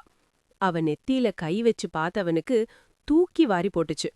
ஐயோ இளவரசி, உடம்பு அனலா கொதிக்குதே, இவ்ளோ ஜுவரம் வச்சுக்கிட்டு ஏன் முன்னாடியே சொல்லது, எதுக்காக இப்படி சிரமப்படுற அப்படின்னு ரொம்ப பதட்டத்தோட கேட்டான். இல்லைங்க, இப்போதான் ஒரு மாதிரியா இருந்துச்சு, மத்தபடி ஒன்னும் இல்ல அப்படின்னு அவ முணங்கும் போதே அவ கண்ணுங்க சொருகிடுச்சு. அன்னைக்கு நாள் ஃபுல்லா மித்ரன் ஆபீஸுக்கே போகல. எல்லா வேலையையும் விட்டுட்டு அவ பக்கத்திலேயே உட்கார்ந்துகிட்டான். வெந்நீர்ல துணிய நனைச்சு அவ நெத்தி மேல வச்சு வச்சு எடுத்தான். அவளுக்கு சாப்பிட பிடிக்கலைனாலும் ரொம்ப மென்மையா வற்புறுத்தி அவளுக்கு தேவையான ஆகாரத்தை கொடுத்தான். ஒவ்வொரு தடவை அவ கண்ணை திறந்து பார்க்கும்போதும் மித்ரன் அவ கைய பிடிச்சுக்கிட்டு, பயப்படாத இளவரசி, நான் இங்கதான் இருக்கேன், உனக்கு ஒன்னும் ஆகாது, சீக்கிரம் சரியாயிடும் அப்படின்னு தைரியம் சொல்லிக்கிட்டே இருந்தான். அந்த காய்ச்சலோட மயக்கத்திலையும் இளவரசிக்கு அவளோட பழைய நினைவுகள் ஒரு கசப்பான கனவா வந்து போச்சு. 6 வருஷத்துக்கு முன்னாடி கல்யாணோட வீட்ல ஒரு நரகமான நாள். இளவரசிக்கு அன்னிக்கு பயங்கரமான காய்ச்சல். உடம்பு ஒரு பக்கம் நடுங்க, நிற்க கூட தெம்பில்லாம சமையல் அறையில சுவர பிடிச்சுக்கிட்டே தட்டு தடுமாறி நின்னுக்கிட்டு இருந்தா. கண்ணு முன்னாடி எல்லாமே இருட்டிக்கிட்டு வந்துச்சு. என்னடி, இன்னும் சாப்பாடு ரெடி ஆகல? இன்னைக்கு என்ன விசேஷம்னு படுத்து கிடக்குற? மகாராணிக்கு இங்க வேலைக்காரங்க யாராவது இருக்காங்களா அப்படின்னு கத்திக்கிட்டே கல்யாணம் உள்ள வந்தான். என்னங்க, நிஜமாவே முடியல, தலை சுத்திக்கிட்டே இருக்கு, கை காலெல்லாம் நடுங்குது, ப்ளீஸ் என்ன ஒரு டாக்டர் கிட்ட கூட்டிட்டு போங்க அப்படின்னு ரொம்ப கெஞ்சினான். கல்யாண் அவள ஒரு கேவலமான பார்வை பார்த்தான். காய்ச்சலா? இதுக்கெல்லாம் ஒரு டாக்டர் கேக்குதோ? இத பாரு, இதெல்லாம் உன்னோட வெறும் சோம்பேறித்தனம். உன் நாடகத்தை என்கிட்ட காட்டாத. இந்த வீட்ல இருக்கிறவங்க பசியா இருக்கணுமா? அந்த பக்கம் போய் வேலைய பாரு, சமைச்சு முடிச்சுட்டு அப்புறமா வேணும்னா போய் மூலையில விழுந்துக்கிட அப்படின்னு அதிகாரமா சொன்னான். அவன் மாமியார் ஒரு படி மேல போய், பெத்த வீட்ல இருந்து வரும்போதே இப்படிதான் நோஞ்சானா வருவாங்க போல, ஒருவேளை சோறு போடுறதுக்கு இவ்ளோ அலப்பறையா? காலங்காலமா நாங்க காய்ச்சல் தலைவலியோட தான் சமைச்சு போடுறோம், இவளுக்கு என்ன விசேஷம் அப்படின்னு நக்கலா சிரிச்சாங்க. அழுதுகிட்டே அந்த எரியற அடுப்புக்கு முன்னாடி நின்னு காய்ச்சல் வேகத்துல வேர்த்து விறுக்க சமைச்சு முடிச்ச அந்த நாட்கள் அவ இதயத்துல ஒரு ஆறாத வடுவா பதிஞ்சிருந்தது. இளவரசி, இந்த மாத்திரைய போடுமா? மித்ரனோட அந்த மென்மையான குரல் அவளை அந்த இருட்டு நினைவுகள்ல இருந்து மெதுவா நிகழ்காலத்துக்கு கூட்டிட்டு வந்துச்சு. மித்ரன் அவளை ரொம்ப நிதானமா தூக்கி அமர வச்சு ஒரு கையால அவளை தாங்கிக்கிட்டு இன்னொரு கையால தண்ணீரை கொடுத்தான். அவனோட கண்ணுல தெரிஞ்ச அந்த தவிப்பும் அக்கறையும் அவ இதுக்கு முன்னாடி தன் வாழ்க்கையில பார்த்தேராத ஒரு விஷயம். ஏங்க, நான் வேலை செய்யலேன்னா உங்களுக்கு கோபம் வராதா? சாப்பாடு லேட்டானா என்ன அடிக்க மாட்டீங்களா அப்படின்னு ரொம்ப தயக்கத்தோட பழைய பயத்துல கேட்டா. மித்ரன் அவள ஒரு நிமிஷம் உற்று பார்த்தான். அவனோட மனசு அப்படியே கனத்து போச்சு. அவ தலைய மென்மையா வரடி விட்டு, "நீ என்ன இந்த வீட்டு வேலைக்காரியா இளவரசி? நீ என் மனைவி, என் சரிபாதி. உனக்கு ஒரு சின்ன கஷ்டம்னா கூட இங்க இருக்கிற எல்லாருமே துடிச்சு போயிடுவோம். நீ முழுசா குணமான அப்புறம் மத்த எல்லாத்தையும் பாத்துக்கலாம். இப்போ எதை பத்தியும் யோசிக்காம கண்ண மூடி தூங்கு" அப்படின்னு சொன்னான். அந்த காய்ச்சல் கொடுத்த தூக்கத்தை விட மித்ரன் கொடுத்த அந்த பாதுகாப்பு உணர்வு அவ காய்ச்சல வேகமா தணிக்க ஆரம்பிச்சது.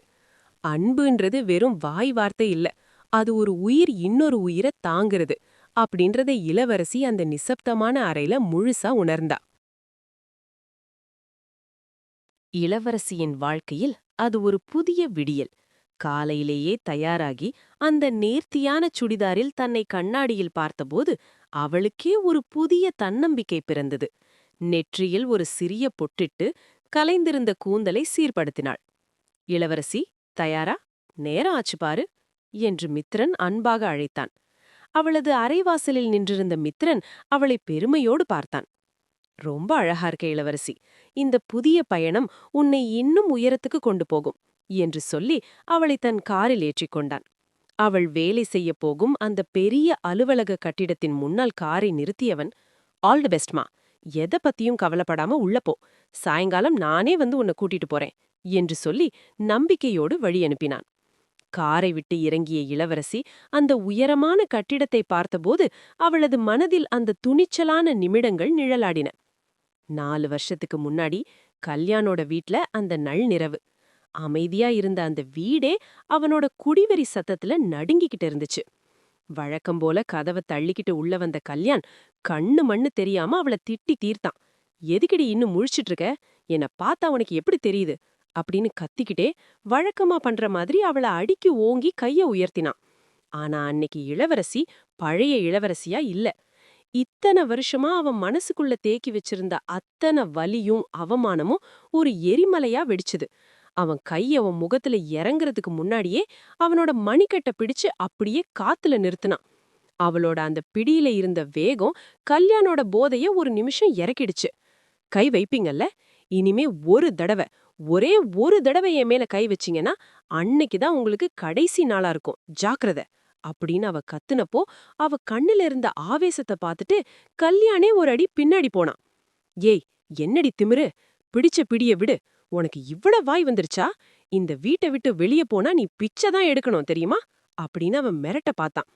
இளவரசி கேலியா ஒரு சிரிப்பு சிரிச்சா. "பிச்சை எடுக்கணுமா? அதையும் எடுத்துடுறேன்.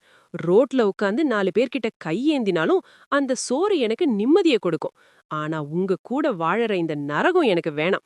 உங்க கூட இருந்து ஒவ்வொரு நாளும் ஒரு பெணம் மாதிரி செத்து செத்து வாழறத விட ஒருவேளை கஞ்சி குடிச்சாலும் சுதந்திரமா வாழறது எவ்வளவோ மேல." கல்யாண் ஆத்திரத்துல ஏதோ பேச வர அவனை விடவே இல்ல. "விவாகரத்து. எனக்கு அதுதான் இப்ப வேணும். இத்தனை வருஷம் ஒரு அடிமையா உங்ககிட்ட தாலிய கட்டிட்டு நின்னது போதும். இப்போவே இந்த நிமிஷமே நான் கிளம்புறேன். உங்க மிரட்டலுக்கோ அதிகாரத்துக்கோ பயப்படுற இளவரசி என்னைக்கோ செத்துட்டா. இப்போ இருக்கிறது தன்மானத்தோட வாழ நினைக்கிற ஒரு பெண்." அவ சொன்ன ஒவ்வொரு வார்த்தையும் அந்த அறையில சவுக்கடி மாதிரி விழுந்துச்சு. கல்யாண் அப்படியே திகிச்சு போய் நிக்க அவ தனக்கான பாதைய அன்னைக்கே அந்த இருட்டுல தேடிக்கிட்டா. "மேடம், உங்க ஐடி கார்டு" அப்படின்னு அந்த செக்யூரிட்டி கேட்ட உடனேதான் இளவரசிக்கு பழைய நினைவுகள்ல இருந்து நிஜ உலகத்துக்கு வந்த மாதிரி இருந்துச்சு. அவ ரொம்ப பெருமையா தான் ஐடி கார்டை எடுத்து காட்டினா. அதுல இளவரசி அப்படின்ற அவளோட பேரு ரொம்ப அழகா அச்சடிக்கப்பட்டிருந்துச்சு.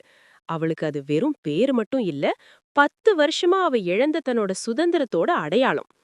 ஆபீஸ்க்குள்ள நுழையறப்போ மித்ரன் கிட்ட இருந்து ஒரு மெசேஜ் வந்துச்சு. "உன்னால முடியும்." அத பார்த்த உடனே அவளோட முகத்துல ஒரு அழகான புன்னகை பூத்துச்சு.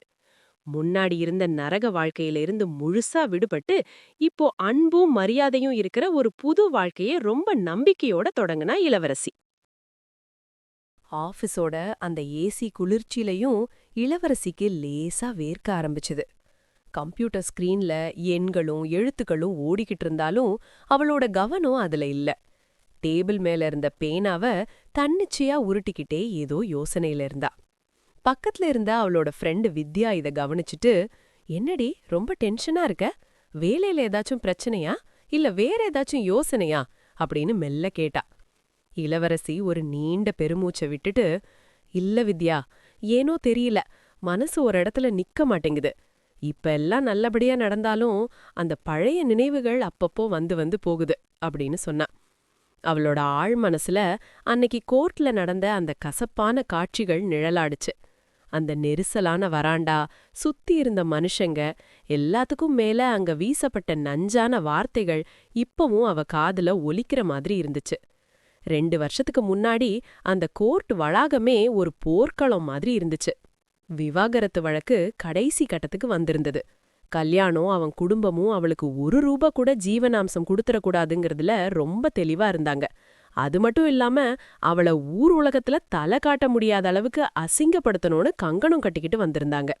நீதிமன்ற கூண்டுல இளவரசி நடுங்கி போய் நின்னுட்டு இருந்தப்போ கல்யாணோட வக்கீல் அவள கேவலமான கேள்விகளால தொலைச்சி எடுத்தாரு. ஆனா அதை எல்லாம் விட வெளிய நின்னுட்டு இருந்த கல்யாணோட அம்மா கத்துன கத்துதான் அவள அப்படியே நிலகுலைய வச்சிடுச்சு. இவ ஒரு ஒழுக்கம் கெட்டவ. என் பையன் எவ்வளவு தங்கமானவன் தெரியுமா? இவளுக்கு வெளியில எவன் கூடவோ தொடர்பு இருக்கு. அதான் என் பையனை வேண்டான்னு சொல்லிட்டு இப்போ விவாகரத்து கேட்டு நிக்கிறா. ஒரு பொண்ணா இருந்துட்டு ஒரு குடும்பத்தை இப்படி தவிடுபொடியாக்குறாளே, இவளுக்கெல்லாம் மனசாட்சியே இல்லையா? அப்படின்னு அங்க இருந்த எல்லாரும் கேக்குற மாதிரி அசிங்கமா கத்துனாங்க அந்த பொம்பள.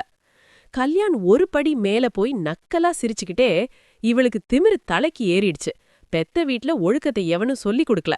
பாருங்கடா, இவளை இனிமே எவன் சேர்த்துக்க போறான்னு பாப்போம். கடைசில தெருவுல நின்னு பிச்சைதான் எடுக்க போறா அப்படின்னு அவளோட நடத்தைய பத்தி வக்கரமா பேசிக்கிட்டு இருந்தான். தன்னோட குணத்தையும் கற்பையும் ஊரறிய இப்படி அசிங்கப்படுத்தின அந்த தருணத்துல இளவரசி ஒரு நிமிஷம் அப்படியே உடைஞ்சு போயிட்டா.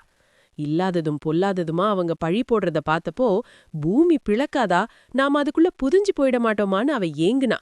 ஆனா அந்த துரோகம்தான் அவளுக்குள்ள ஒரு பெரிய வைராகியத்தை உண்டாக்குச்சு. இளவரசி, டீ குடிக்கலாமா? மித்ரன் கிட்ட இருந்து வந்த அந்த ஃபோன் கால் அவளை அப்படியே நிகழ்காலத்துக்கு இழுத்துட்டு வந்துச்சு. மதிய இடைவேளை நேரத்துல மித்ரன் போன் பண்ணியிருந்தான். அவனோட அந்த நிதானமான குரலை கேட்டதுமே அவளுக்குள்ள இருந்த பதற்றம் மெல்ல மெல்ல குறைய ஆரம்பிச்சது. மித்ரன், ஏனோ தெரியல, அந்த பழைய கோர்ட் மேட்டர்லாம் இன்னைக்கு அடிக்கடி ஞாபகம் வருது. அன்னைக்கு அவங்க என்ன அவ்வளோ அசிங்கப்படுத்தினாங்கல்ல, அதை நினைக்கும்போது இப்பவும் ஒரு மாதிரி பயமா இருக்கு அப்படின்னு ரொம்ப மெல்லிய குரல்ல சொன்னான். மித்ரன் மறுமுனையில அவ சொன்னதை ரொம்ப அமைதியா கேட்டுட்டு இருந்தான். அப்புறம், இங்க பாரு இளவரசி, குப்பைய திரும்பி பார்த்தா துர்நாற்றம் தான் வரும். அன்னைக்கு அவங்க சொன்னது எதுவுமே உன்னோட அடையாளம் கிடையாது. இன்னைக்கு நீ ஒரு கௌரவமான பதவியில இருக்க, உனக்குன்னு ஒரு அழகான குடும்பம் இருக்கு. அன்னைக்கு உன்னை கேரக்டர் அசாசினேஷன் பண்ணவங்கெல்லாம் இன்னைக்கு எங்க இருக்காங்கன்னு பாரு. அவங்க அவமானத்துல குறுகி போயிருக்காங்க. நீ நிமிர்ந்து நில்லு அப்படின்னு ரொம்ப உறுதியா சொன்னான். மித்ரனோட அந்த வார்த்தைகள் அவளுக்கு ஒரு பெரிய கவசம் மாதிரி இருந்துச்சு. இளவரசி தன் கண்ணை தொடச்சிக்கிட்டா. ஆமாங்க, நீங்க சொல்றது சரிதான். நான் எதுக்காகவும் இனி பயப்பட மாட்டேன். இனிமே என் பயணம் முன்னாடி மட்டும்தான் அப்படின்னு சொல்லிட்டு புது தெம்போட மறுபடியும் வேலையில முழுகினா. அன்னிக்கு சாயந்தரம் ஆபீஸ் முடிஞ்சு இளவரசி வீட்டுக்கு வந்தப்போ ஹால்ல அவளோட அப்பாவும் அம்மாவும் உட்கார்ந்திருக்கிறத பார்த்து அப்படியே திகைச்சு போய் நின்னுட்டா. அவங்க முகத்துல ஒரு விதமான போலி புன்னகை இருந்துச்சு. ஆனா அதையும் தாண்டி ஏதோ ஒரு காரியம் ஆகணும்ன்ற எதிர்பார்ப்பு அப்பட்டமா தெரிஞ்சுது. வாம்மா இளவரசி, எப்படி இருக்க? உன்னை பார்த்து ரொம்ப நாளாச்சு. அதான் ஒரு நட பார்த்துட்டு போலான்னு வந்தோம் அப்படின்னு அவங்க அப்பா கொஞ்சம் தயக்கத்தோட ஆரம்பிச்சாரு. அவங்க அம்மா மெதுவா அவ பக்கத்துல வந்து, நல்ல பெரிய இடத்துல உனக்கு வாழ்க்கை கிடைச்சிருக்கு. மித்ரன் தம்பி ரொம்ப வசதியானவர்னு கேள்விப்பட்டோம். இப்போ உனக்கும் நல்ல சம்பளத்துல வேலை இருக்குல்லம்மா. உன் தம்பி கல்யாணத்துக்கு கொஞ்சம் பண உதவி தேவைப்படுது. நீ நினைச்சா கண்டிப்பா செய்ய முடியும் அப்படின்னு சுத்தி வளைக்காம நேரடியாவே விஷயத்துக்கு வந்தாங்க. இளவரசியோட மனசு ஒரு நிமிஷம் பாரமாச்சு. இத்தனை காலமா இல்லாத பாசம் இப்போ அவ வசதியா இருக்கிறத பார்த்த உடனே இப்படி பொங்கறத பார்த்து அவளுக்கு ஒரு பக்கம் சிரிப்பு தான் வந்துச்சு. அவளோட மனசு அப்படியே கடந்த காலத்தோட ஒரு கசப்பான பக்கத்துக்கு தாவுச்சு. 4 வருஷத்துக்கு முன்னாடி இளவரசி அந்த விவாகரத்து முடிவை எடுத்த அன்னைக்கு நடந்த அந்த கொடுமை அவ கண்ணு முன்னாடி வந்து போச்சு. தன்னோட துணிமணிகள் இருந்த ஒரு சின்ன பெட்டியோட அழுதுகிட்டே தஞ்சம் தேடி பெத்தவங்க வீட்டுக்கு ஓடி வந்தா. அப்பா, இனிமே என்னால அங்க ஒரு நிமிஷம் கூட இருக்க முடியாது. கல்யாண் என்ன மனுஷியாவே மதிக்கல, மிருகம் மாதிரி நடத்துறான். எனக்கு விவாகரத்து வேணும்பா, என்னை இங்கே இருக்க விட்டுடுங்க அப்படின்னு கதறி துடிச்சா. ஆனா அவங்க அப்பா அவளை வீட்டுக்குள்ள விடக்கூட தயாராவே இல்ல. விவாகரத்தா? எங்க வம்சத்திலேயே இதுவரைக்கும் கேள்விப்படாத ஒரு அசிங்கத்தை நீ பண்ண போறியா? ஊர் உலகம் நம்மள பத்தி என்ன பேசும்? எங்க மானமே போயிடும் அப்படின்னு ரத்தம் கொதிக்க கத்துனாரு. அவ அம்மா அவளை பார்த்து பரிதாபப்படுவாங்கன்னு நினைச்சா அவங்களும் ஆத்திரத்தோட தான் பார்த்தாங்க. நீ விவாகரத்து வாங்கிட்டு இங்கேயே இருந்தா இவன் தம்பிக்கு யாரு பொண்ணு தருவாங்க? ஒரு பொண்ணா பிறந்தா பொறுமை ரொம்ப முக்கியம். அவன் அடிச்சாலும் உதைச்சாலும் அவன்தான் உன் புருஷன். அந்த வீட்டுக்கு திரும்பி போற வழிய பாரு. விவாகரத்துன்னு பிடிவாதம் பிடிச்சா இனிமே இந்த வீட்டுப்படியே மிதிக்காத. எங்களுக்கும் உனக்கும் எந்த சம்பந்தமும் இல்லைன்னு இப்பவே சொல்லிடுறேன் அப்படின்னு முகத்துல அடிச்ச மாதிரி சொல்லிட்டு கதவை ஓங்கி சாத்துனாங்க. அன்னைக்கு அந்த நடுத்தெருவுல பெத்தவங்களாலேயே கைவிடப்பட்டு அனாதையா நின்ன அந்த வலி இருக்கே, அது கல்யாண் கொடுத்த அடியை விட ரொம்ப பயங்கரமா அவ இதயத்தை கிழிச்சுது. இளவரசி, நீ எதுக்கு இங்க நின்னுட்டு இருக்க? உள்ள போய் எல்லாருக்கும் காஃபி எடுத்துட்டு வாமா, நான் இவங்க கிட்ட கொஞ்சம் தனியா பேசணும் அப்படின்னு மித்ரன் சொன்னப்போ அவனோட குரல்ல ஒரு அதிகாரம் கலந்த அன்பு இருந்துச்சு. இளவரசியோட கண்கள்ல தேங்கி நின்ன அந்த வலிய பார்த்ததுமே மித்ரனுக்கு உள்ளுக்குள்ள ரத்தம் குதிச்சுது. அவ உள்ள போனதும் அப்படியே சோஃபால சாஞ்சு உட்கார்ந்து அவங்க அம்மாவையும் அப்பாவையும் ஒரு தீர்க்கமான பார்வை பார்த்தான். அந்த பார்வையிலேயே அவங்க 2 பேரும் ஒரு நிமிஷம் நடுங்கிட்டாங்க. என்ன விசேஷம்? திடீர்னு பொண்ணு மேல இவ்ளோ பாசம் பொங்குது? தம்பி கல்யாணத்துக்கு பணம் வேணுமாம்? ஆமா, எந்த தைரியத்துல இங்க வந்து நிக்கிறீங்க? 4 வருஷத்துக்கு முன்னாடி இதே இளவரசி அடிபட்டு மிதிப்பட்டு எனக்கு வாழ வழி இல்ல, ஒருவேளை சோறு போடுங்கன்னு உங்க வீட்டு வாசல்ல வந்து நின்னப்போ எங்களுக்கும் உனக்கும் எந்த சம்பந்தமும் இல்லன்னு சொல்லி கதவை சாத்துனீங்களே, அப்ப எங்க போச்சு இந்த பாசம் அப்படின்னு மித்ரன் கேக்கும்போது அவனோட ஒவ்வொரு வார்த்தையும் அவங்க முகத்துல சவுக்கடி மாதிரி விழுந்துச்சு. அவங்க அப்பா ஏதோ சொல்ல வாய் எடுத்தாரு, ஆனா மித்ரன் விடல. இருங்க, நான் இன்னும் முடிக்கல. அன்னைக்கு அவள அனாதையா நடுத்தெருவுல நிப்பாட்டினப்போ அவ தம்பி வாழ்க்கை பாதிக்கப்படும்னு கவலைப்பட்டீங்கல்ல, இன்னைக்கு அதே தம்பி கல்யாணத்துக்கு அவகிட்டயே வந்து கை ஏந்துறதுக்கு உங்களுக்கு வெக்கமா இல்லையா? இளவரசி இப்போ ஒரு கௌரவமான கம்பெனில வேலை பாக்குறா. என் மனைவியா இந்த வீட்டுக்கு மகாராணியா இருக்கா. அவளை இப்ப வந்து உங்க சுயநலத்துக்காக பயன்படுத்துறத நான் ஒரு காலமும் அனுமதிக்க மாட்டேன். சமையலறை வாசல்ல நின்னு இதை கேட்டுக்கிட்டு இருந்த இளவரசிக்கு அப்படியே நெஞ்சு அடைச்சுக்கிட்டு வந்துச்சு. இத்தனை வருஷமா தான் மனசுக்குள்ள போட்டு புதைச்சு வச்சிருந்த அத்தனை கேள்விகளையும் மித்ரன் இன்னைக்கு அவங்க முன்னாடி ஒட்டு மொத்தமா கொட்டிட்டாருன்னு நினைக்கும்போது அவளுக்கு அழுகையும் சந்தோஷமும் ஒன்னா வந்துச்சு. மனிதாபிமான அடிப்படையில நான் உங்களுக்கு பணம் தர்றேன், இத வாங்கிட்டு இப்பவே இங்கிருந்து கிளம்பணும். இனிமே ஒரு காலத்திலயும் என் பொண்டாட்டியோட பழைய காயங்களை கிளறி அவளை அழ வைக்கணும்னு நினைச்சீங்க, மித்ரன் யாருன்னு உங்களுக்கு அப்ப தெரியும். இதுதான் ஃபர்ஸ்ட் அண்ட் லாஸ்ட் வார்னிங் அப்படின்னு மித்ரன் முடிச்சப்போ அவங்க 2 பேரும் பதில் பேச முடியாம சிலையாட்ட உட்கார்ந்திருந்தாங்க. மித்ரன் காட்டின அந்த விஸ்வரூபம் இளவரசியோட அத்தனை வருஷ அனாத உணர்வையும் அப்படியே பொசுக்கிடுச்சு. எனக்காக பேச ஒரு உயிர் இருக்குங்கிற அந்த நிம்மதி அவளுக்குள்ள ஒரு புது மனுஷிய உருவாக்குச்சு. அன்னைக்கு ஆபீஸ் முடிஞ்சு வித்யா கூட நடந்து வந்தப்போ ரோட்டு ஓரமா இருந்த அந்த ஒரு சின்ன தங்கும் விடுதியை பார்த்ததுமே இளவரசி அப்படியே ஒரு நிமிஷம் உறைஞ்சு போய் நின்னுட்டா. அவளோட நட தானாவே தளர்ந்துடுச்சு.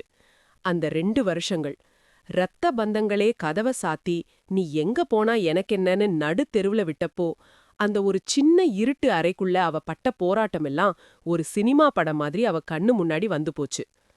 2 வருஷத்துக்கு முன்னாடி அந்த விவாகரத்து கேஸ் இருத்துக்கிட்டு இருந்த நரகமான காலம் அது. பெத்த வீடே நீ செத்தாலும் பரவால்ல இங்க வராதேன்னு சொன்னப்போ அந்த அனாதைக்கு அடைக்கலம் கொடுத்தது அவளோட தோழி வித்யாதான்.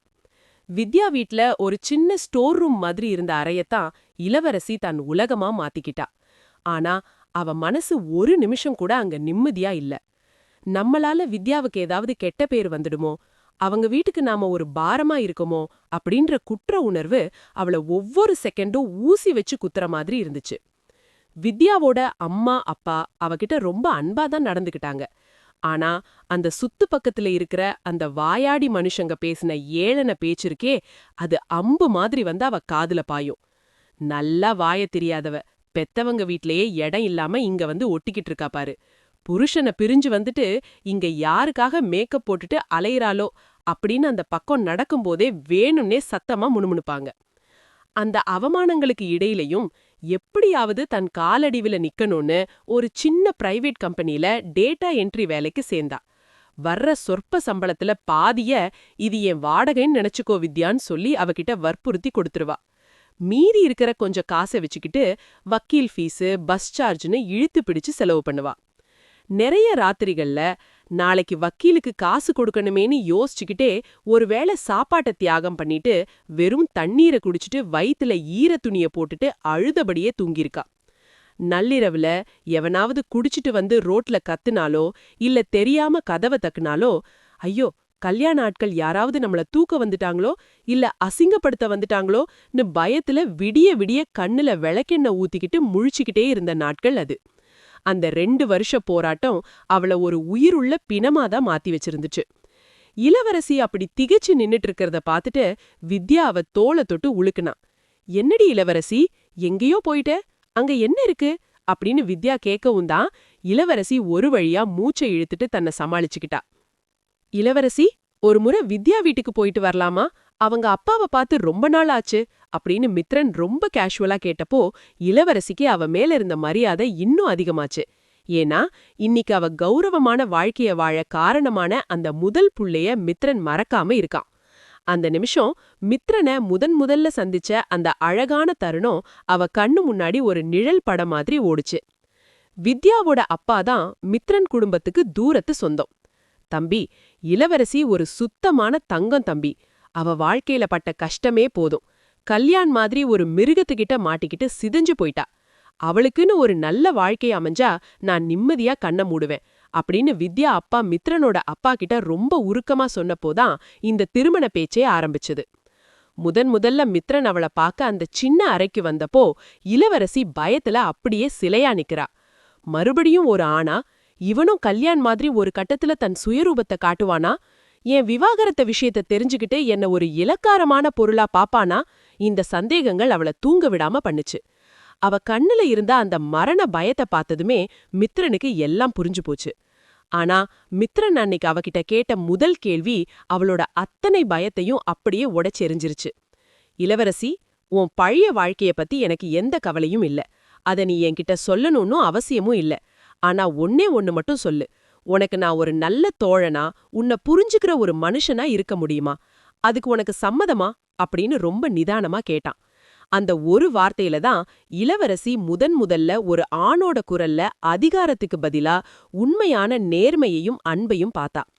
இப்போ கார்ல போயிட்டு இருக்கும்போது மித்ரன் ஜன்னல் வழியா அவளை பார்த்து ரொம்ப அழகா புன்னகிச்சான். "அன்னைக்கு வித்யா அப்பா இளவரசிய உனக்கு அறிமுகம் செஞ்சப்போ நான் பார்த்தது ஒரு பயந்து போன பெண்ணை இல்ல இளவரசி, வலிகளை தாங்கி நின்ன ஒரு போர் வீரனை. அத்தனை கஷ்டத்திலையும் நீ உடையாம நிமிர்ந்து நின்ன அந்த தைரியம்தான் எனக்கு உன்னை பிடிக்க காரணமா இருந்துச்சு" அப்படின்னு சொல்லிக்கிட்டே அவளோட கைகளை ரொம்ப மென்மையா பற்றிக்கிட்டான். இளவரசிக்கு இப்பதான் முழுசா ஒரு விஷயம் புரிஞ்சுது. அந்த 2 வருஷ போராட்டமோ கண்ணீரும் அவளை சிதைக்கல. மாறாக மித்ரன் மாதிரி ஒரு உயரிய மனிதனை அடையாளம் கண்டுக்க அவளை தயார்படுத்தியிருக்கு. "ரொம்ப நன்றிங்க. வித்யா குடும்பம் எனக்கு ஒரு வாழ்வாதாரத்தை கொடுத்து என்ன அனாதையா நிக்காம காப்பாத்துச்சுன்னா நீங்க எனக்கு ஒரு புது வாழ்க்கையவே வரமா கொடுத்திருக்கீங்க" அப்படின்னு அவ சொல்லும்போதே அவளோட கண்கள்ல பழைய பயம் துளி கூட இல்ல. அன்னைக்கு ராத்திரி அந்த ரூம் முழுக்க நிலாவோட வெளிச்சம் அப்படியே பால் மாதிரி பரவி இருந்துச்சு. அந்த இடமே ஒரு அமைதியில நனைஞ்சு போயிருந்தது. மித்ரன் பால்கனி கதவோரம் சாஞ்சு நின்னுக்கிட்டு அந்த ராத்திரியோட நிசப்தத்தை ரசிச்சிட்டு இருந்தாலும் அவனோட மொத்த சிந்தனையும் இளவரசி மேலதான் இருந்துச்சு. இளவரசி கட்டில்ல ஒரு ஓரமா உட்காந்து எதையோ ரொம்ப தீவிரமா யோசிச்சுட்டு இருந்தா. அவ முகத்துல இருக்கிற அந்த லேசான வாட்டமும் இத்தனை கால போராட்டங்கள் கொடுத்த வடுக்களும் மித்ரனோட இதயத்தை ஏதோ பண்ணுச்சு.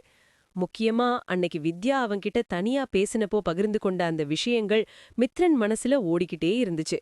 பெத்தவங்களே நடுத்தெருவுல விட்ட அந்த வலி, ஒருவேளை சோறுக்கு கூட வழி இல்லாம பட்டினி கிடந்த அந்த ராத்திரிகள், கல்யாண் விதைச்ச அந்த மரண பயம், இதையெல்லாம் யோசிக்கும்போது மித்ரனுக்கு நெஞ்சு அப்படியே பிழியிற மாதிரி இருந்துச்சு. ஒரு மனுஷி இவ்வளவு வலிகளை எப்படித்தான் தாங்குனா அப்படின்னு அவன் தவிச்சு போனான். அவ மெதுவா நடந்து வந்து அவ பக்கத்துல உட்கார்ந்தான். அவ கைகளை பிடிச்சு ஒரு ஆறுதல் சொல்லணும்னு அவனுக்கு தோணுச்சு. ஆனா சட்டுன்னு தன்னை கட்டுப்படுத்திக்கிட்டு கைய தள்ளி வச்சுக்கிட்டான். ஏன்னா அவளோட கடந்த காலம் அவளுக்கு ஆண் அப்படின்னாலே ஒரு விதமான பாதுகாப்பற்ற உணர்வையும் அருவருப்பையும் பயத்தையும் தான் கொடுத்திருக்கு. அந்த பயத்தை அவன் இப்போ அதிகப்படுத்த விரும்பல. "இளவரசி" அப்படின்னு ரொம்ப மென்மையா பூ காத்து வர்ற மாதிரி அவளை கூப்பிட்டான். அவ அப்படியே திடுக்கிட்டு நிமிர்ந்து பார்த்தா. அவ கண்ணுல இப்பவும் ஒரு சின்ன நடுக்கம், அந்த பழைய பயத்தோட நிழல் கொஞ்சம் மிச்சம் இருந்தது அவனுக்கு தெளிவா தெரிஞ்சுது. "இங்க பாரு இளவரசி, வித்யா என்கிட்ட எல்லாத்தையும் சொன்னா. நீ கடந்த காலத்துல எவ்வளவு பெரிய நரகத்தை அனுபவிச்சிருக்க, எதற்கெல்லாம் ஆசைப்பட்டு அசிங்கப்பட்டிருக்கேன்னு இப்போ எனக்கு முழுசா புரியுது. உனக்குள்ள இருக்கிற அந்த பயம் அவ்வளவு சீக்கிரம் போகாதுன்னு எனக்கு தெரியும். அதனால உன்னை கட்டாயப்படுத்தி நான் உன் மேல எந்த உரிமையையும் கொண்டாட மாட்டேன். ஒரு கணவனா நான் உன்கிட்ட எதையும் எதிர்பார்க்கல. உனக்கு ஒரு ஸ்பேஸ் தேவைப்படுது, உன்னோட மனக்காயங்கள் ஆற உனக்கு கொஞ்சம் கால அவகாசம் வேணும்னு நான் நினைக்கிறேன் அப்படின்னு ரொம்ப கனிவோட சொன்னான். இளவரசிக்கு அவன் சொல்றது புரியாம அப்படியே திகைச்சு போய் அவனை பார்த்தா. என்ன சொல்றீங்க மித்ரன், புரியலையே அப்படின்னு மெல்லிய குரல்ல கேட்டா. அவன் அவ கண்ண பார்த்து புன்னகைச்சான். ஒன்னும் இல்ல இளவரசி, நாம ஒரே ரூம்ல இருந்தாலும் உனக்கு எப்போ என் மேல முழு நம்பிக்கை வருதோ, எப்போ உன் மனசுல இருக்கிற அந்த பழைய கசப்பான நினைவுகளும் பயமும் முழுசா மறையுதோ, அது வரைக்கும் நான் உனக்கு ஒரு நல்ல தோழனா மட்டும் இருப்பேன். உனக்கு தேவையான நேரத்தையும் அந்த மன அமைதியையும் நான் கொடுக்கணும்னு நினைக்கிறேன். எதையும் போட்டு குழப்பிக்கிட்டு உன்னை நீயே வருத்திக்காத, சரியா அப்படின்னு மித்ரன் சொன்னப்போ அவனோட குரல்ல இருந்த அந்த நிதானம் இளவரசிய அப்படியே உலுக்கிடுச்சு. இளவரசிக்கு அப்படியே தொண்டை அடைச்சிக்கிட்டு வந்துச்சு. அவளோட கடந்த காலத்துல அவ சந்திச்ச ஆண்கள் எல்லாருமே அவள ஒரு வெறும் உடலாகவோ இல்லனா லாபம் தர்ற ஒரு வேலைக்காரியாவோ மட்டும்தான் பார்த்தாங்க. ஆனா ஒரு ஆண் அவளோட மன உணர்வுகளுக்கு இவ்வளவு மதிப்பு கொடுத்து அவளோட நிம்மதிக்காக தன்னோட ஆசைகளை கூட விட்டு வைக்க முடியுமான்னு அவளால நம்பவே முடியல. மித்ரன், இதுவரைக்கும் என் வாழ்க்கையில வந்தவங்க எல்லாருமே என்கிட்ட ஏதாவது பறிக்க தான் பார்த்தாங்க. ஆனா நீங்க மட்டும்தான் எனக்காக எதையோ விட்டு கொடுக்க நினைக்கிறீங்க. ஏன் என் மேல இவ்வளவு அன்பு காட்டுறீங்க அப்படின்னு கேட்கும்போதே அவளுக்கு விக்கல் எடுத்து அழுக வந்துடுச்சு. மித்ரன் மென்மையா சிரிச்சுக்கிட்டு அவளோட தலையில ஒரு அப்பா மாதிரி ரொம்ப வாஞ்சையா தட்டி கொடுத்தான். ஏன்னா நீ அன்புக்காக ஏங்குற ஒரு சின்ன குழந்தை இளவரசி. உன்னை காயப்படுத்த எனக்கு ஒரு காலமும் மனசு வராது. இப்போ எதை பத்தியும் யோசிக்காம எந்த பயமும் இல்லாம நிம்மதியா தூங்கு.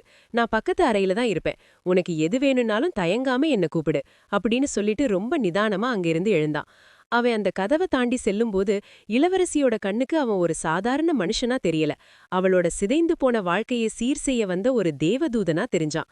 மித்ரன் கொடுத்த அந்த சுதந்திரமும் இடைவெளியும் தான் அவள அவன்கிட்ட இன்னும் அதிகமா நெருக்கமாக்கிச்சு. நகரத்தோட அந்த புகழ்பெற்ற கல்யாண மண்டபம் வண்ண வண்ண விளக்குகள்ல அப்படியே ஜொலிச்சுக்கிட்டு இருந்துச்சு. மித்ரனோட தூரத்து சொந்தக்காரங்க வீட்டு விசேஷம் அது. இளவரசி இன்னைக்கு ஒரு அழகான மெரூன் கலர் பட்டு சேலையில தேவதை மாதிரி மித்ரனோட கைய இறுக்கமா பிடிச்சுக்கிட்டு உள்ள நுழைஞ்சா. மண்டபம் முழுக்க கூட்டத்தோட கலகலப்பு அதிகமா இருந்தாலும் திடீர்னு ஒரு மூலையில அந்த முகத்தை பார்த்ததும் இளவரசிக்கு அப்படியே இதயம் ஒரு நிமிஷம் நின்னுடுச்சு. கல்யாண் அவனோட பக்கத்துல அதே வக்ரமான பார்வையோட அவனோட அம்மாவும் தம்பியும் நிக்கிறாங்க. அவங்கள பார்த்த அடுத்த நொடியே இளவரசிக்கு கைகாலெல்லாம் நடுங்க ஆரம்பிச்சது. அவளோட கால்கள் பின்னிக்குச்சு.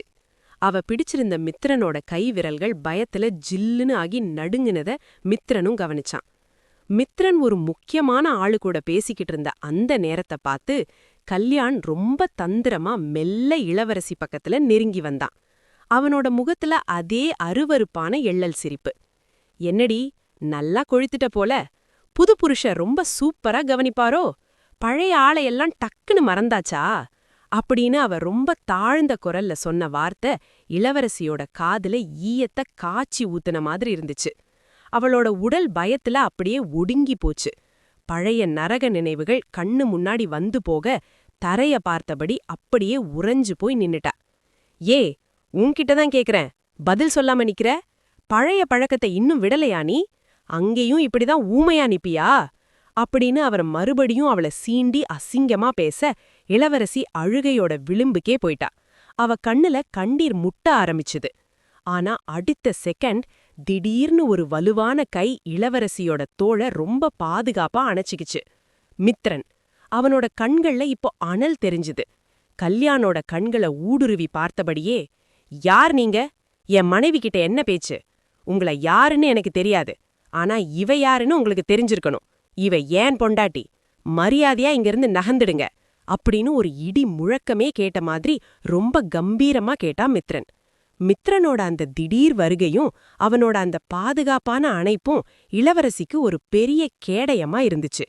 அவளோட பயம் மெல்ல மெல்ல குறைய ஆரம்பிச்சது. கல்யாணோட அம்மா அதுக்குள்ள அங்க வந்து சேர்ந்தா.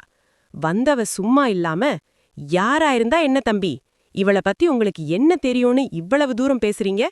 2 வருஷம் எவனோ கூட ஓடிப்போய் சுத்திட்டு இப்போ ஒன்னும் தெரியாத மாதிரி உங்களை ஏமாத்தி கல்யாணம் பண்ணிக்கிட்டா. இவள போய் ஒரு மனுஷியா மதிச்சு இவ்வளவு சீன் போடுறீங்களே அப்படின்னு சுத்தி நின்ன ஊரே கேக்குற மாதிரி அசிங்கமா கத்துனா.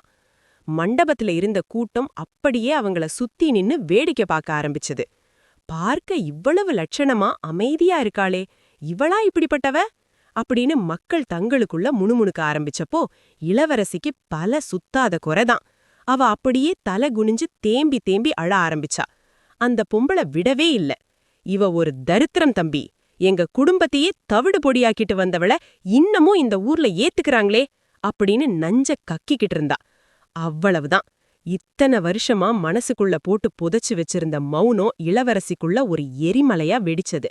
விம்மி விம்மி அழுதுகிட்டு இருந்தவ சட்டுன்னு நிமிந்து அந்த பொம்பளையோட கண்ண நேருக்கு நேர் பார்த்தா. அவ கண்ணு செவந்து போய் நெருப்பு மாதிரி இருந்துச்சு. ஆனா அந்த பார்வையில துளி கூட பயம் இல்ல, ஆத்திரம் மட்டும்தான் இருந்துச்சு. நிறுத்துங்க! இளவரசி கத்துன கத்துல மண்டபம் முழுக்க அப்படியே ஒரு நிமிஷம் நிசப்தமாச்சு. 7 வருஷம் உங்க வீட்ல நான் பட்ட அந்த நரகமான கொடுமைக்கு இந்த ஊரே சாட்சி. குடிக்கிறதுக்கு தண்ணி கேட்டா அடி, காய்ச்சல்ல படுத்து கிடந்தா ஒரு வேலைக்காரி மாதிரி வேலை வாங்குனீங்க. உங்க பையன் போதை ஏறி வந்து என் உடம்ப காயப்படுத்தப்போ அதை தடுக்காம ரசிச்சவங்க தானே நீங்க.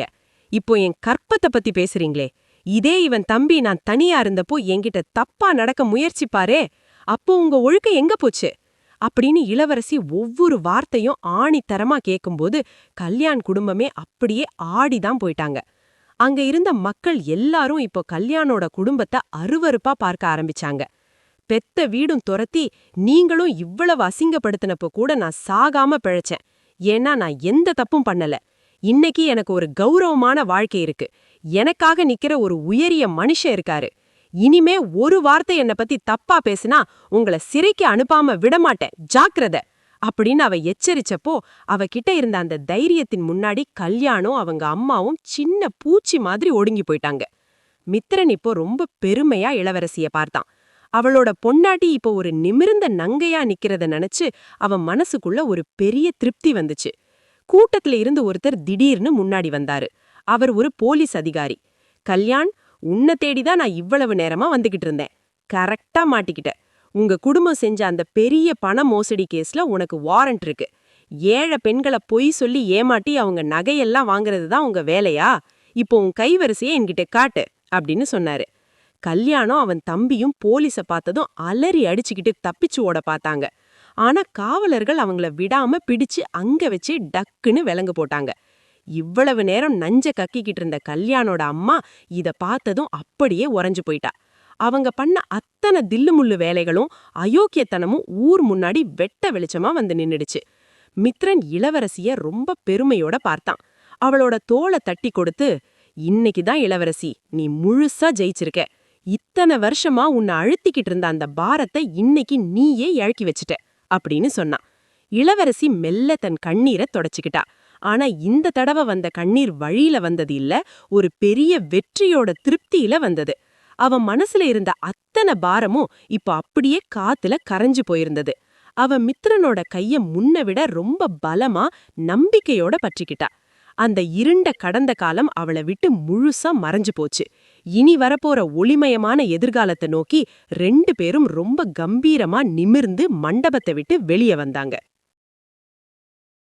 அன்னிக்கு காலையில கண் விழிச்ச இளவரசிக்கு மனசு அப்படியே இறகு மாதிரி லேசா இருந்துச்சு. ரூமுக்குள்ள நுழைஞ்ச மித்ரனை பார்த்ததும் வழக்கமா அவளுக்குள்ள வர்ற அந்த ஒருவிதமான தற்காப்பு நடுக்கமோ பயமோ இன்னிக்கு இல்ல. அதுக்கு பதிலா அவனை பார்த்ததும் அவ இதழ்கள்ல ஒரு மெல்லிய புன்னகை தானாவே அரும்பியது. மித்ரன் 2 காஃபி கப்போட பக்கத்துல வந்தப்போ அவ முதல் தடவையா அவனோட கண்களை நேருக்கு நேர் தைரியமா பார்த்தா. அவனோட ஒவ்வொரு அசைவிலையும் தெரிஞ்ச அந்த அக்கறையும், போன விசேஷத்துல கல்யாண் குடும்பத்துக்கிட்ட இருந்து அவள ஒரு கேடைய மாதிரி நின்னு காப்பாத்தின அந்த வீரமும் அவளுக்குள்ள ஒரு பெரிய மாற்றத்தை ஏற்படுத்தி இருந்தது. இவன் எனக்கானவன், எனக்காக எதையும் செய்யக்கூடியவன் அப்படின்ற எண்ணம் முதலா அவ ஆழ் மனசுல ஆழமா பதிஞ்சது. அதுவரைக்கும் பயமா இருந்த அந்த உறவு இப்போ மெதுவா காதலா மாற ஆரம்பிச்சது. அன்னிக்கு சாயந்தரம் இளவரசியோட அப்பா அம்மா மறுபடியும் அவளை தேடி வீட்டுக்கு வந்தாங்க. ஆனா இன்னிக்கே அவங்க முகத்துல பழைய அதிகாரம் இல்ல. அதுக்கு பதிலா ஒரு விதமான குற்ற உணர்வும் தயக்கமும் அப்பட்டமா தெரிஞ்சுது. எங்கள மன்னிச்சிருமா இளவரசி, அந்த நேரத்துல நாங்க பண்ணது ரொம்ப பெரிய தப்புதான். பெத்த பொண்ணோட அருமை புரியாம ஏதோ ஒரு பயத்துல உன்னை நடுத்தெருவுல விட்டுட்டோம் அப்படின்னு அவங்க அப்பா கண்ணீர் மல்க கேட்டப்போ இளவரசிக்கு மனசு கொஞ்சம் கரைஞ்சுது. ஆனா இளவரசி அவங்கள ரொம்ப அமைதியா பார்த்தா. உங்கள நான் எப்பவும் மன்னிச்சிட்டேன்பா. ஆனா அன்னிக்கு நீங்க என் முகத்துல அடிச்ச மாதிரி சாத்தின அந்த கதவு என் மனசையும் சேர்த்து தான் சாத்திருச்சு. உங்களுக்கு தேவையான எல்லா உதவிகளையும் நான் கண்டிப்பா செய்வேன். ஆனா பழையபடி எதையுமே யோசிக்காத அந்த வீட்டு பொண்ணா இனிமே என்னால இருக்க முடியாது அப்படின்னு ரொம்ப கனிவாவும் அதே சமயம் உறுதியாவும் சொன்னா. அவளோட காயங்கள் ஆறினாலும் அந்த வடுக்கள் அவளுக்கு தன்னோட சுயமரியாதை எவ்வளவு முக்கியம்னு கத்துக் கொடுத்திருந்தது. இளவரசியோட மன அழுத்தத்தை குறைச்சு அவளை நிம்மதியா வச்சுக்கணுங்கிறதுக்காக மித்ரன் அவள ஒரு அழகான மலை பிரதேசத்துக்கு கூட்டிட்டு போனான். மேகங்கள் அப்படியே தவழ்ந்து போற அந்த மலை சரிவுகளும் சில்லுன்னு வீசுற அந்த பனிக்காற்றும் அவளுக்கு ஒரு புது தெம்ப கொடுத்தது. ரெண்டு பேரும் ரொம்ப நேரமா ஒருத்தர் கைய ஒருத்தர் இறுக்கமா பிடிச்சுக்கிட்டு அமைதியா நடந்து போயிட்டு இருந்தாங்க. அங்க எந்த சத்தமும் இல்ல, மிரட்டுறதுக்கு யாரும் இல்ல, எந்த பயமும் இல்ல. மித்ரன் அவகிட்ட எதையுமே வற்புறுத்தல.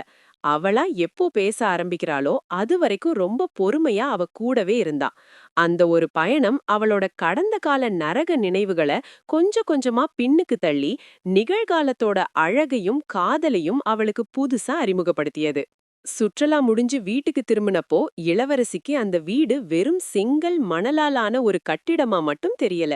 அது அவளோட ஆன்மாவையே தாங்கி பிடிக்கிற ஒரு அழகான கூடாரமா தெரிஞ்சுது.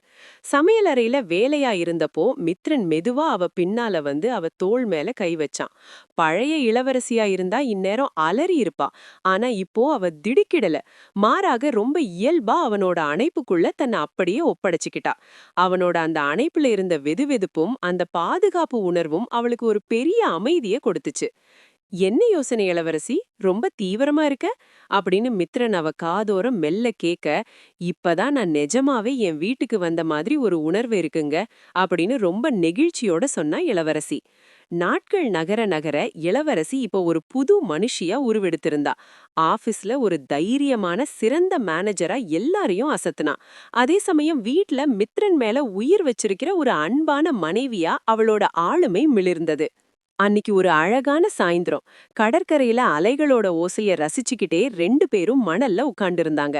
மித்ரனோட கைய தன் ரெண்டு கைகளாலும் ரொம்ப இறுக்கமா பற்றி கொண்ட இளவரசி அவனோட தோள் மேல மெதுவா தலை சாச்சுக்கிட்டா. மித்ரன், அந்த 7 வருஷம் கல்யாண் கூட வாழ்ந்ததை நினைச்சு பார்த்தா இப்போ ஒரு மோசமான கனவு மாதிரி இருக்கு. அந்த நரகத்திலிருந்து வெளியில வந்தப்போ இனிமே நமக்கு வாழ்க்கையே இல்ல, நாம செத்துட்டோம் தான் நினைச்சேன். ஆனா உங்களை கல்யாணம் பண்ணிக்கிட்ட அப்புறம் தான் எனக்கு புரியுது வாழ்க்கைனா என்னன்னு. உங்க கூட வாழ்ற இந்த ஒவ்வொரு நிமிஷம் தான் என் உண்மையான வாழ்க்கை. எனக்கு இந்த மறுபிறவிய கொடுத்தது நீங்க தான் அப்படின்னு உணர்ச்சி வசப்பட்டு சொன்னா இளவரசி. மித்ரன் அவளை இன்னும் நெருக்கமா அணைச்சிக்கிட்டு அவளோட நெத்தியில ரொம்ப ஆழமா முத்தமிட்டான். அந்த கெட்ட கனவு இப்ப முழுசா கலைஞ்சிருச்சு இளவரசி. இனிமே எதை பத்தியும் நீ கவலைப்படாத. இந்த நிமிஷம், இந்த அன்பு, இது மட்டும்தான் நம்முடைய நிஜம் அப்படின்னு சொன்னான். கடல் அலைகள் எப்படி வந்து கரையில இருந்த அழுக்கையெல்லாம் அடிச்சிட்டு போகுமோ அதுபோல இளவரசியோட மனசுல இருந்த அத்தனை துயரங்களும் இப்போ முழுசா கரைஞ்சு போயிருந்தது. அஸ்தமிக்கிற அந்த சூரியனோட பொன்னிற வெளிச்சத்துல ஒரு புது சரித்திரத்தோட தொடக்கமா அந்த தம்பதியர் கரிகோர்த்து தங்களோட இல்லம் நோக்கி நடந்தாங்க. அவளோட வாழ்க்கையில விடியல் இப்போ நிஜமாவே வந்துடுச்சு. முற்றும். அப்புறம் என்ன, எல்லாமே சுபமா முடிஞ்சிருச்சுன்னு நினைக்கிறீங்களா? அவ்வளோதானா? இல்ல. நான் ஏற்கனவே சொன்ன மாதிரி இந்த கதைக்கு மொத்தம் 4 கிளைமேக்ஸ் இருக்கு. அதுல முதல் கிளைமேக்ஸ் தான் நீங்க இப்ப பார்த்த இந்த ஹாப்பி எண்டிங். எனக்கு இதுவே போதும், இளவரசி சந்தோஷமா இருந்தா அதுவே ஒரு நல்ல எண்டிங் தான் அப்படின்னு நீங்க நினைச்சீங்கன்னா தாராளமா இதோட நிறுத்திக்கலாம். ஆனா வேற என்னென்ன முடிவுகள் இருக்க சான்ஸ் இருக்கு அப்படின்னு உங்க கியூரியாசிட்டி ஒருவேளை அதிகமாச்சுன்னா அப்போ அடுத்த கிளைமேக்ஸ பாருங்க. அந்த நந்தவனம் அப்படியே தேவலோகத்தையே நேர்ல கொண்டு வந்த மாதிரி ஜொலிச்சுக்கிட்டு இருந்துச்சு. எங்க பார்த்தாலும் வண்ணத்து பூச்சிகளோட ஆட்டம், மனச மயக்கிற மலர்களோட வாசம்னு அந்த இடமே ஸ்வர்க்கமா இருந்துச்சு. அந்த பூஞ்சோலையோட நடுவுல இளவரசி மித்ரனோட மடியில ரொம்ப நிம்மதியா சாஞ்சு உட்கார்ந்திருந்தா. மித்ரன் அவளோட கைகளை தன் இதழ்களோட ஒத்தி எடுத்துக்கிட்டு பேரன்பு ததும்புற அந்த தவிப்பான கண்களால அவள அப்படியே உருகி பார்த்துட்டு இருந்தான். இளவரசி இப்போ எந்த பாரமும் இல்லாம தன் வாழ்நாள் முழுக்க தேடி அலைஞ்ச அந்த நிம்மதிய மித்ரனோட மடியில கண்டுகொண்டா. அவளோட இதழ்கள்ல விரிஞ்ச அந்த புன்னகை அவ வாழ்க்கையோட முழுமையையும் சந்தோஷத்தையும் பறைசாற்றுச்சு. நீங்க இருந்தா எனக்கு வேறு எதுவும் வேண்டாம் மித்ரன். இந்த நிமிஷம் இப்படியே உறைஞ்சிடக்கூடாதா அப்படின்னு மென்மையா சிரிச்சுக்கிட்டே கேட்டா. ஆனா திடீரென அந்த நந்தவனத்தோட அமைதி அப்படியே கொலைஞ்சு போச்சு. மித்ரன் ஏதோ பேசுறான், அவனோட இதழ்கள் அசையுது. ஆனா அவனோட குரல் இளவரசிக்கு கேக்கல. மாறாக எங்கோ தூரத்துல இருந்து ஒரு கரடு முரடான நாராசமான குரல் அவ காதுகளை கிழிக்கிற மாதிரி கேட்டுச்சு. ஏய், என்னடி இன்னும் தூங்கிக்கிட்டு இருக்க? மணி என்ன ஆகுதுன்னு தெரியல. மகாராணிக்கு இங்க என்ன கொலுவா நடக்குது?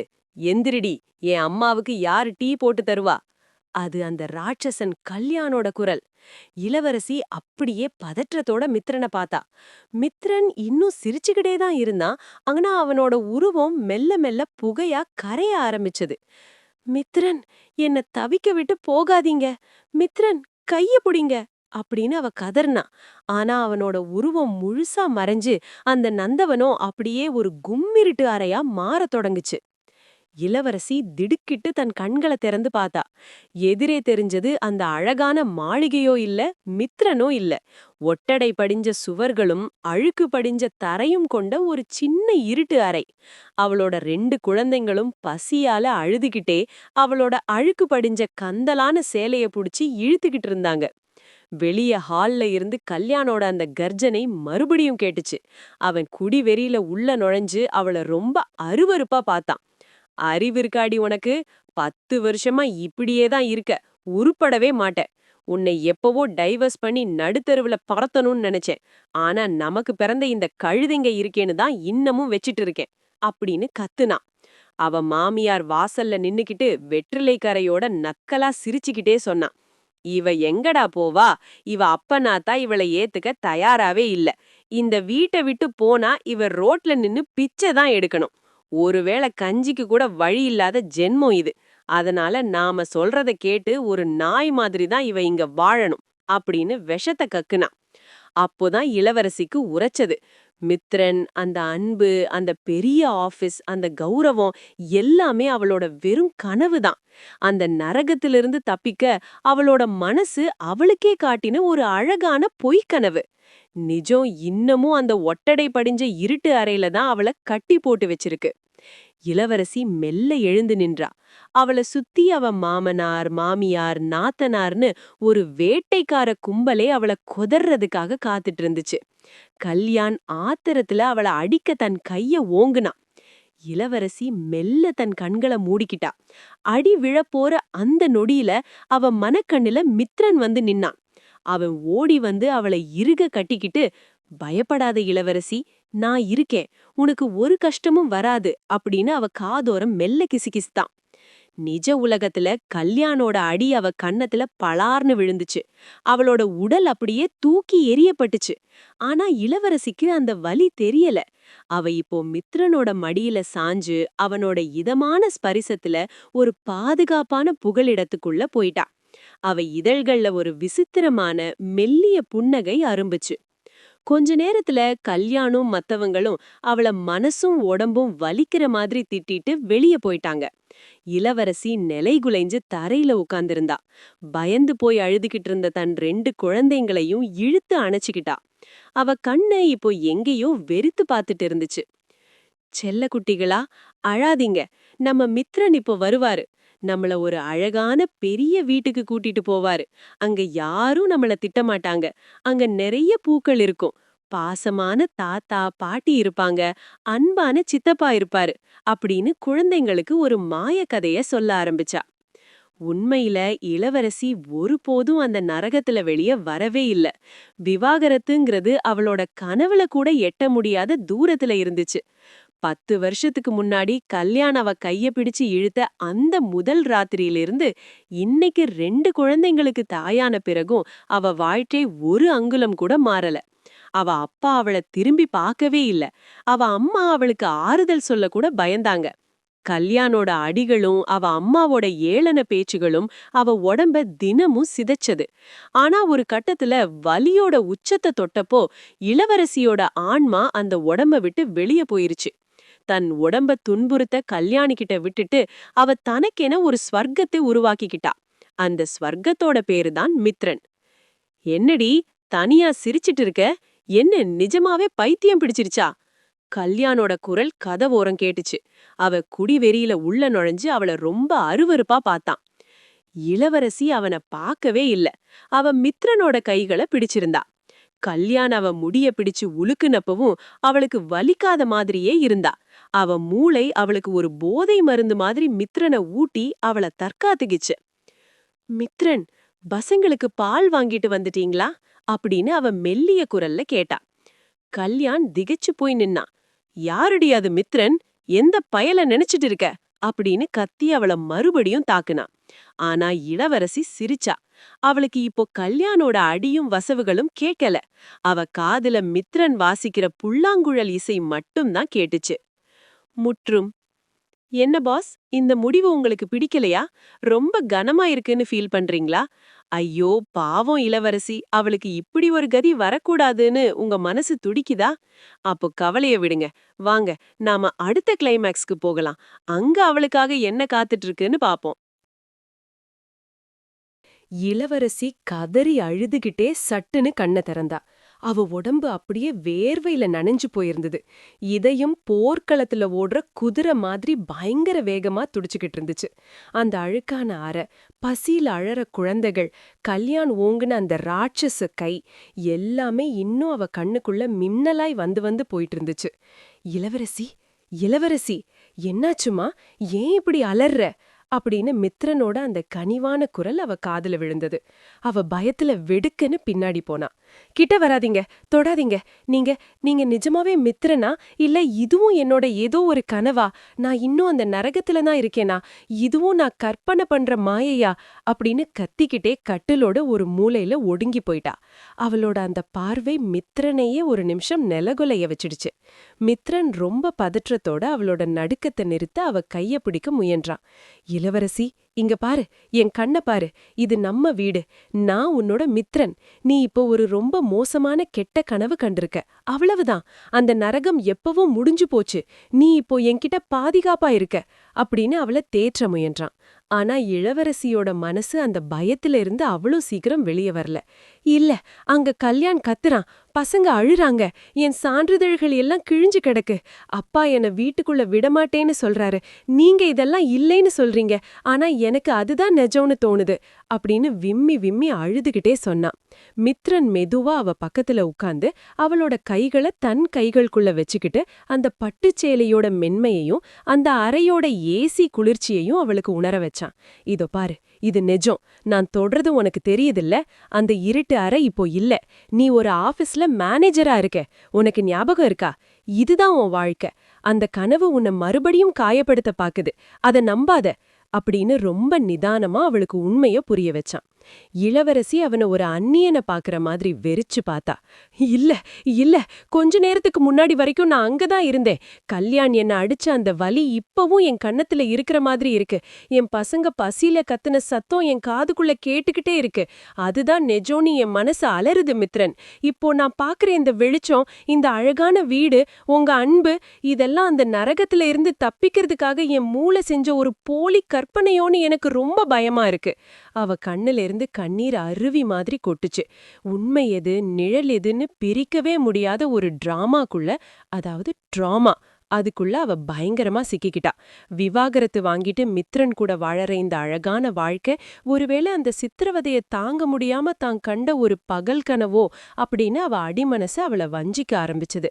மித்ரன் மெதுவா அவளை தன் அணைப்புக்குள்ள கொண்டு வந்தான். அவளோட உடல் பயத்துல நடுங்கிறத உணர்ந்தவன். இளவரசி, நான் சொல்றத கொஞ்சம் கேளுமா.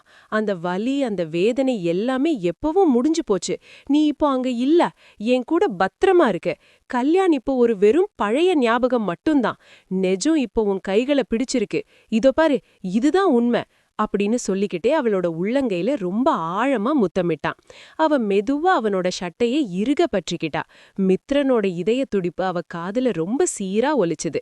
அது அவளுக்கு கொஞ்சம் ஆறுதலை கொடுத்தாலும் அவ கண்கள் இன்னும் அந்த இருட்டு அறையோட மூலைகளை சந்தேகத்தோடையே பார்த்துச்சு.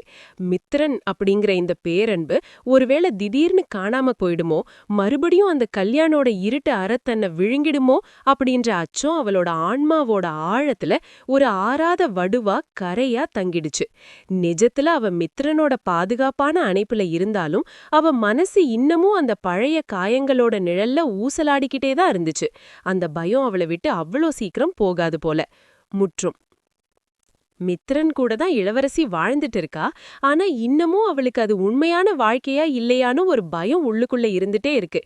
7 வருஷமா ஒரு பெரிய நரகத்துல ட்ராமால இருந்தவளுக்கு இவ்வளவு அழகான ஒரு நிஜத்தை ஏத்துக்கிறது அவ்வளவு சுலபம் இல்ல. காலப்போக்குல மித்ரனோட அந்த பேரன்பு அவளோட காயங்களுக்கு மருந்தாகி அவளுக்கு முழு விடுதலைய தரும்னு நாம நம்புவோம். என்ன சகோசன் சாகிகளே, இந்த கிளைமேக்ஸ் எப்படி இருந்துச்சு? ஓகேவா? இல்ல இதை விட ஒரு நிதர்சனமான கிளைமேக்ஸை தெரிஞ்சுக்க விரும்புறீங்களா? நல்லா யோசிச்சுக்கோங்க. அது என்ன முடிவா வேணாலும் இருக்கலாம். வாழ்க்கைனா எப்பவும் ஹாப்பி எண்டிங்கா தான் இருக்கணும்னு அவசியம் இல்ல.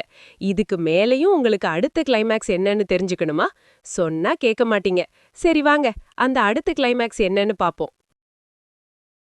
இளவரசி தன்னோட லேப்டாப் கீபோர்ட்ல இருந்து மெதுவா விரல்களை எடுத்தா.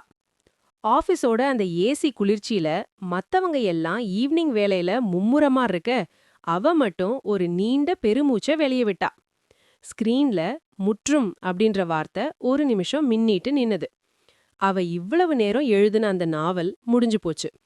அதுல வந்த மித்ரன், அவன் காட்டின அந்த தேவதூத அன்பு, அவங்க வாழ்ந்த அந்த வசந்த காலம், இது எல்லாமே அவளோட கற்பனையில உருவான சித்திரங்கள் மட்டும்தான். ஆனா அந்த நாவல்ல வந்த கல்யாணோட அடியும், அவன் கொடுத்த அந்த 5 வருஷ நரகமும், அந்த இருட்டு அறையோட தனிமையும், அது மட்டும்தான் இளவரசியோட வாழ்க்கையில நடந்த கசப்பான உண்மைகள். இளவரசிக்கு இப்போ வயசு 32. விவாகரத்து வாங்கிட்டு 4 வருஷம் ஓடிப்போச்சு. இன்னைக்கு அவ ஒரு பிரைவேட் கம்பெனில மேலாளரா, மேனேஜரா இருக்கா. ஒரு காலத்துல வாழவே தகுதியற்றவள்னு முத்திரை குத்தப்பட்டவ, இன்னைக்கு தன் உழைப்புல கம்பீரமா நிமிந்து நிக்கிறா. அவ தோழி திவ்யாவோட அப்பா தான் 2 வருஷத்துக்கு முன்னாடி மித்ரனை அவளுக்கு அறிமுகம் செஞ்சு வச்சாரு. மித்ரன் குடும்பம் அவளை பெண் பார்க்க வந்தப்போ இளவரசி அவங்க கண்ல ஒரு தூய்மையான மரியாதையா பார்த்தா. குறிப்பா மித்ரன், உன் கடந்த காலத்தை பத்தி எனக்கு எந்த கவலையும் இல்ல, உன் எதிர்கால தோழனா உனக்கு துணையா இருக்க ஆசைப்படுறேன் அப்படின்னு சொன்னது அப்படியே இளவரசியோட இதயத்தை தொட்டுச்சு. ஆனா அவ அந்த திருமண பேச்ச அப்பவே மறுத்துட்டா. ஏன்னா அவளுக்கு ஆண்களோட அன்பு மேல இன்னும் நம்பிக்கை வரல. அந்த பழைய காயங்கள் அவள அவ்வளவு சீக்கிரம் யாரையும் நம்ப விடல. கல்யாண அவ உடம்புல போட்ட காயத்தை விட மனசோட ஆழத்துல அவ நட்டு வச்ச அந்த பயம் ரொம்ப பெருசா இருந்துச்சு. மறுபடியும் ஒரு ஆணா, மறுபடியும் ஒரு குடுங்கமா, ஒருவேளை ஆரம்பத்துல நல்லவனா நடிச்சிட்டு மித்ரனும் அப்புறமா மாறிட்டா என்ன பண்றது அப்படின்ற கேள்வி அவள ராத்திரி முழுக்க தூங்க விடாம பண்ணுச்சு. அந்த ட்ராமா அவளுக்குள்ள இருந்த மொத்த நம்பிக்கையும் அப்படியே சுக்குநூறா உடைச்சு போட்டிருந்தது. விதி ரொம்ப விசித்திரமானது. இளவரசி வேணான்னு சொன்ன அந்த வாழ்க்கைய காலப்போக்குல அவ தோழி திவ்யா ஏத்துக்கிட்டா. இன்னைக்கு மித்ரனுக்கும் திவ்யாவுக்கும் கல்யாணமாகி ஒரு அழகான குழந்தையோட அவங்க ரொம்ப உன்னதமான ஒரு வாழ்க்கைய வாழறத இளவரசி தூரத்துல இருந்து பாத்துட்டு இருக்கா. சில நேரங்கள்ல அவ மனசுக்குள்ள ஒரு சின்ன ஓரத்துல வலிக்கும். அன்னைக்கு நான் ஏன் அவ்வளவு பயந்தேன்? மித்ரனுக்கு ஒரு சின்ன வாய்ப்பு கொடுத்திருக்கலாமோ? அப்படி செஞ்சிருந்தா இன்னைக்கு நானும் அவங்க மாதிரி ஒரு மகிழ்ச்சியான கூட்டுல இருந்திருப்பேனோ அப்படின்னு அவ அடிமனசு ஒரு நிமிஷம் ஏங்கும். ஆனா இன்னிக்கே அவ எழுதி முடிச்ச இந்த நாவலோட கிளைமேக்ஸ்ல கூட கல்யாண் கொடுத்த அந்த பாதிப்பு அவள ஒரு நிம்மதியான முடிவை எழுத விடல. கனவுல கூட மித்ரன் ஒரு மாயையா தெரிஞ்சதுதான் இளவரசியோட கசப்பான நிதர்சனம். ஒரு முறை உடைஞ்சு போன கண்ணாடி அதை எவ்வளவுதான் ஒட்ட வச்சாலும் அந்த விரிசலை மட்டும் காட்டிக்கிட்டே தான் இருக்கும். என் வாழ்க்கை இப்போ தனிமையில ரொம்ப அமைதியா போயிட்டு இருக்கு. இதுல இன்னொரு விரிசலுக்கு இப்போதைக்கு இடமே இல்ல அப்படின்னு அவ தனக்கு தானே சொல்லிக்கிட்டா. தன் நாவல ஒரு பப்ளிஷருக்கு மெயில் பண்ணா. அதுல அவ கடைசியா எழுதின அந்த வரிகள் இதுதான்: சில காயங்களுக்கு மருந்து காலம் இல்ல, தனிமை மட்டும்தான். அலுவலக பைய தோள்ல மாட்டிக்கிட்டு மெதுவா வெளியே வந்தா இளவரசி. சாயந்தர நேரத்து சூரியன் மெல்ல மறைய ஆரம்பிச்சிருந்தது.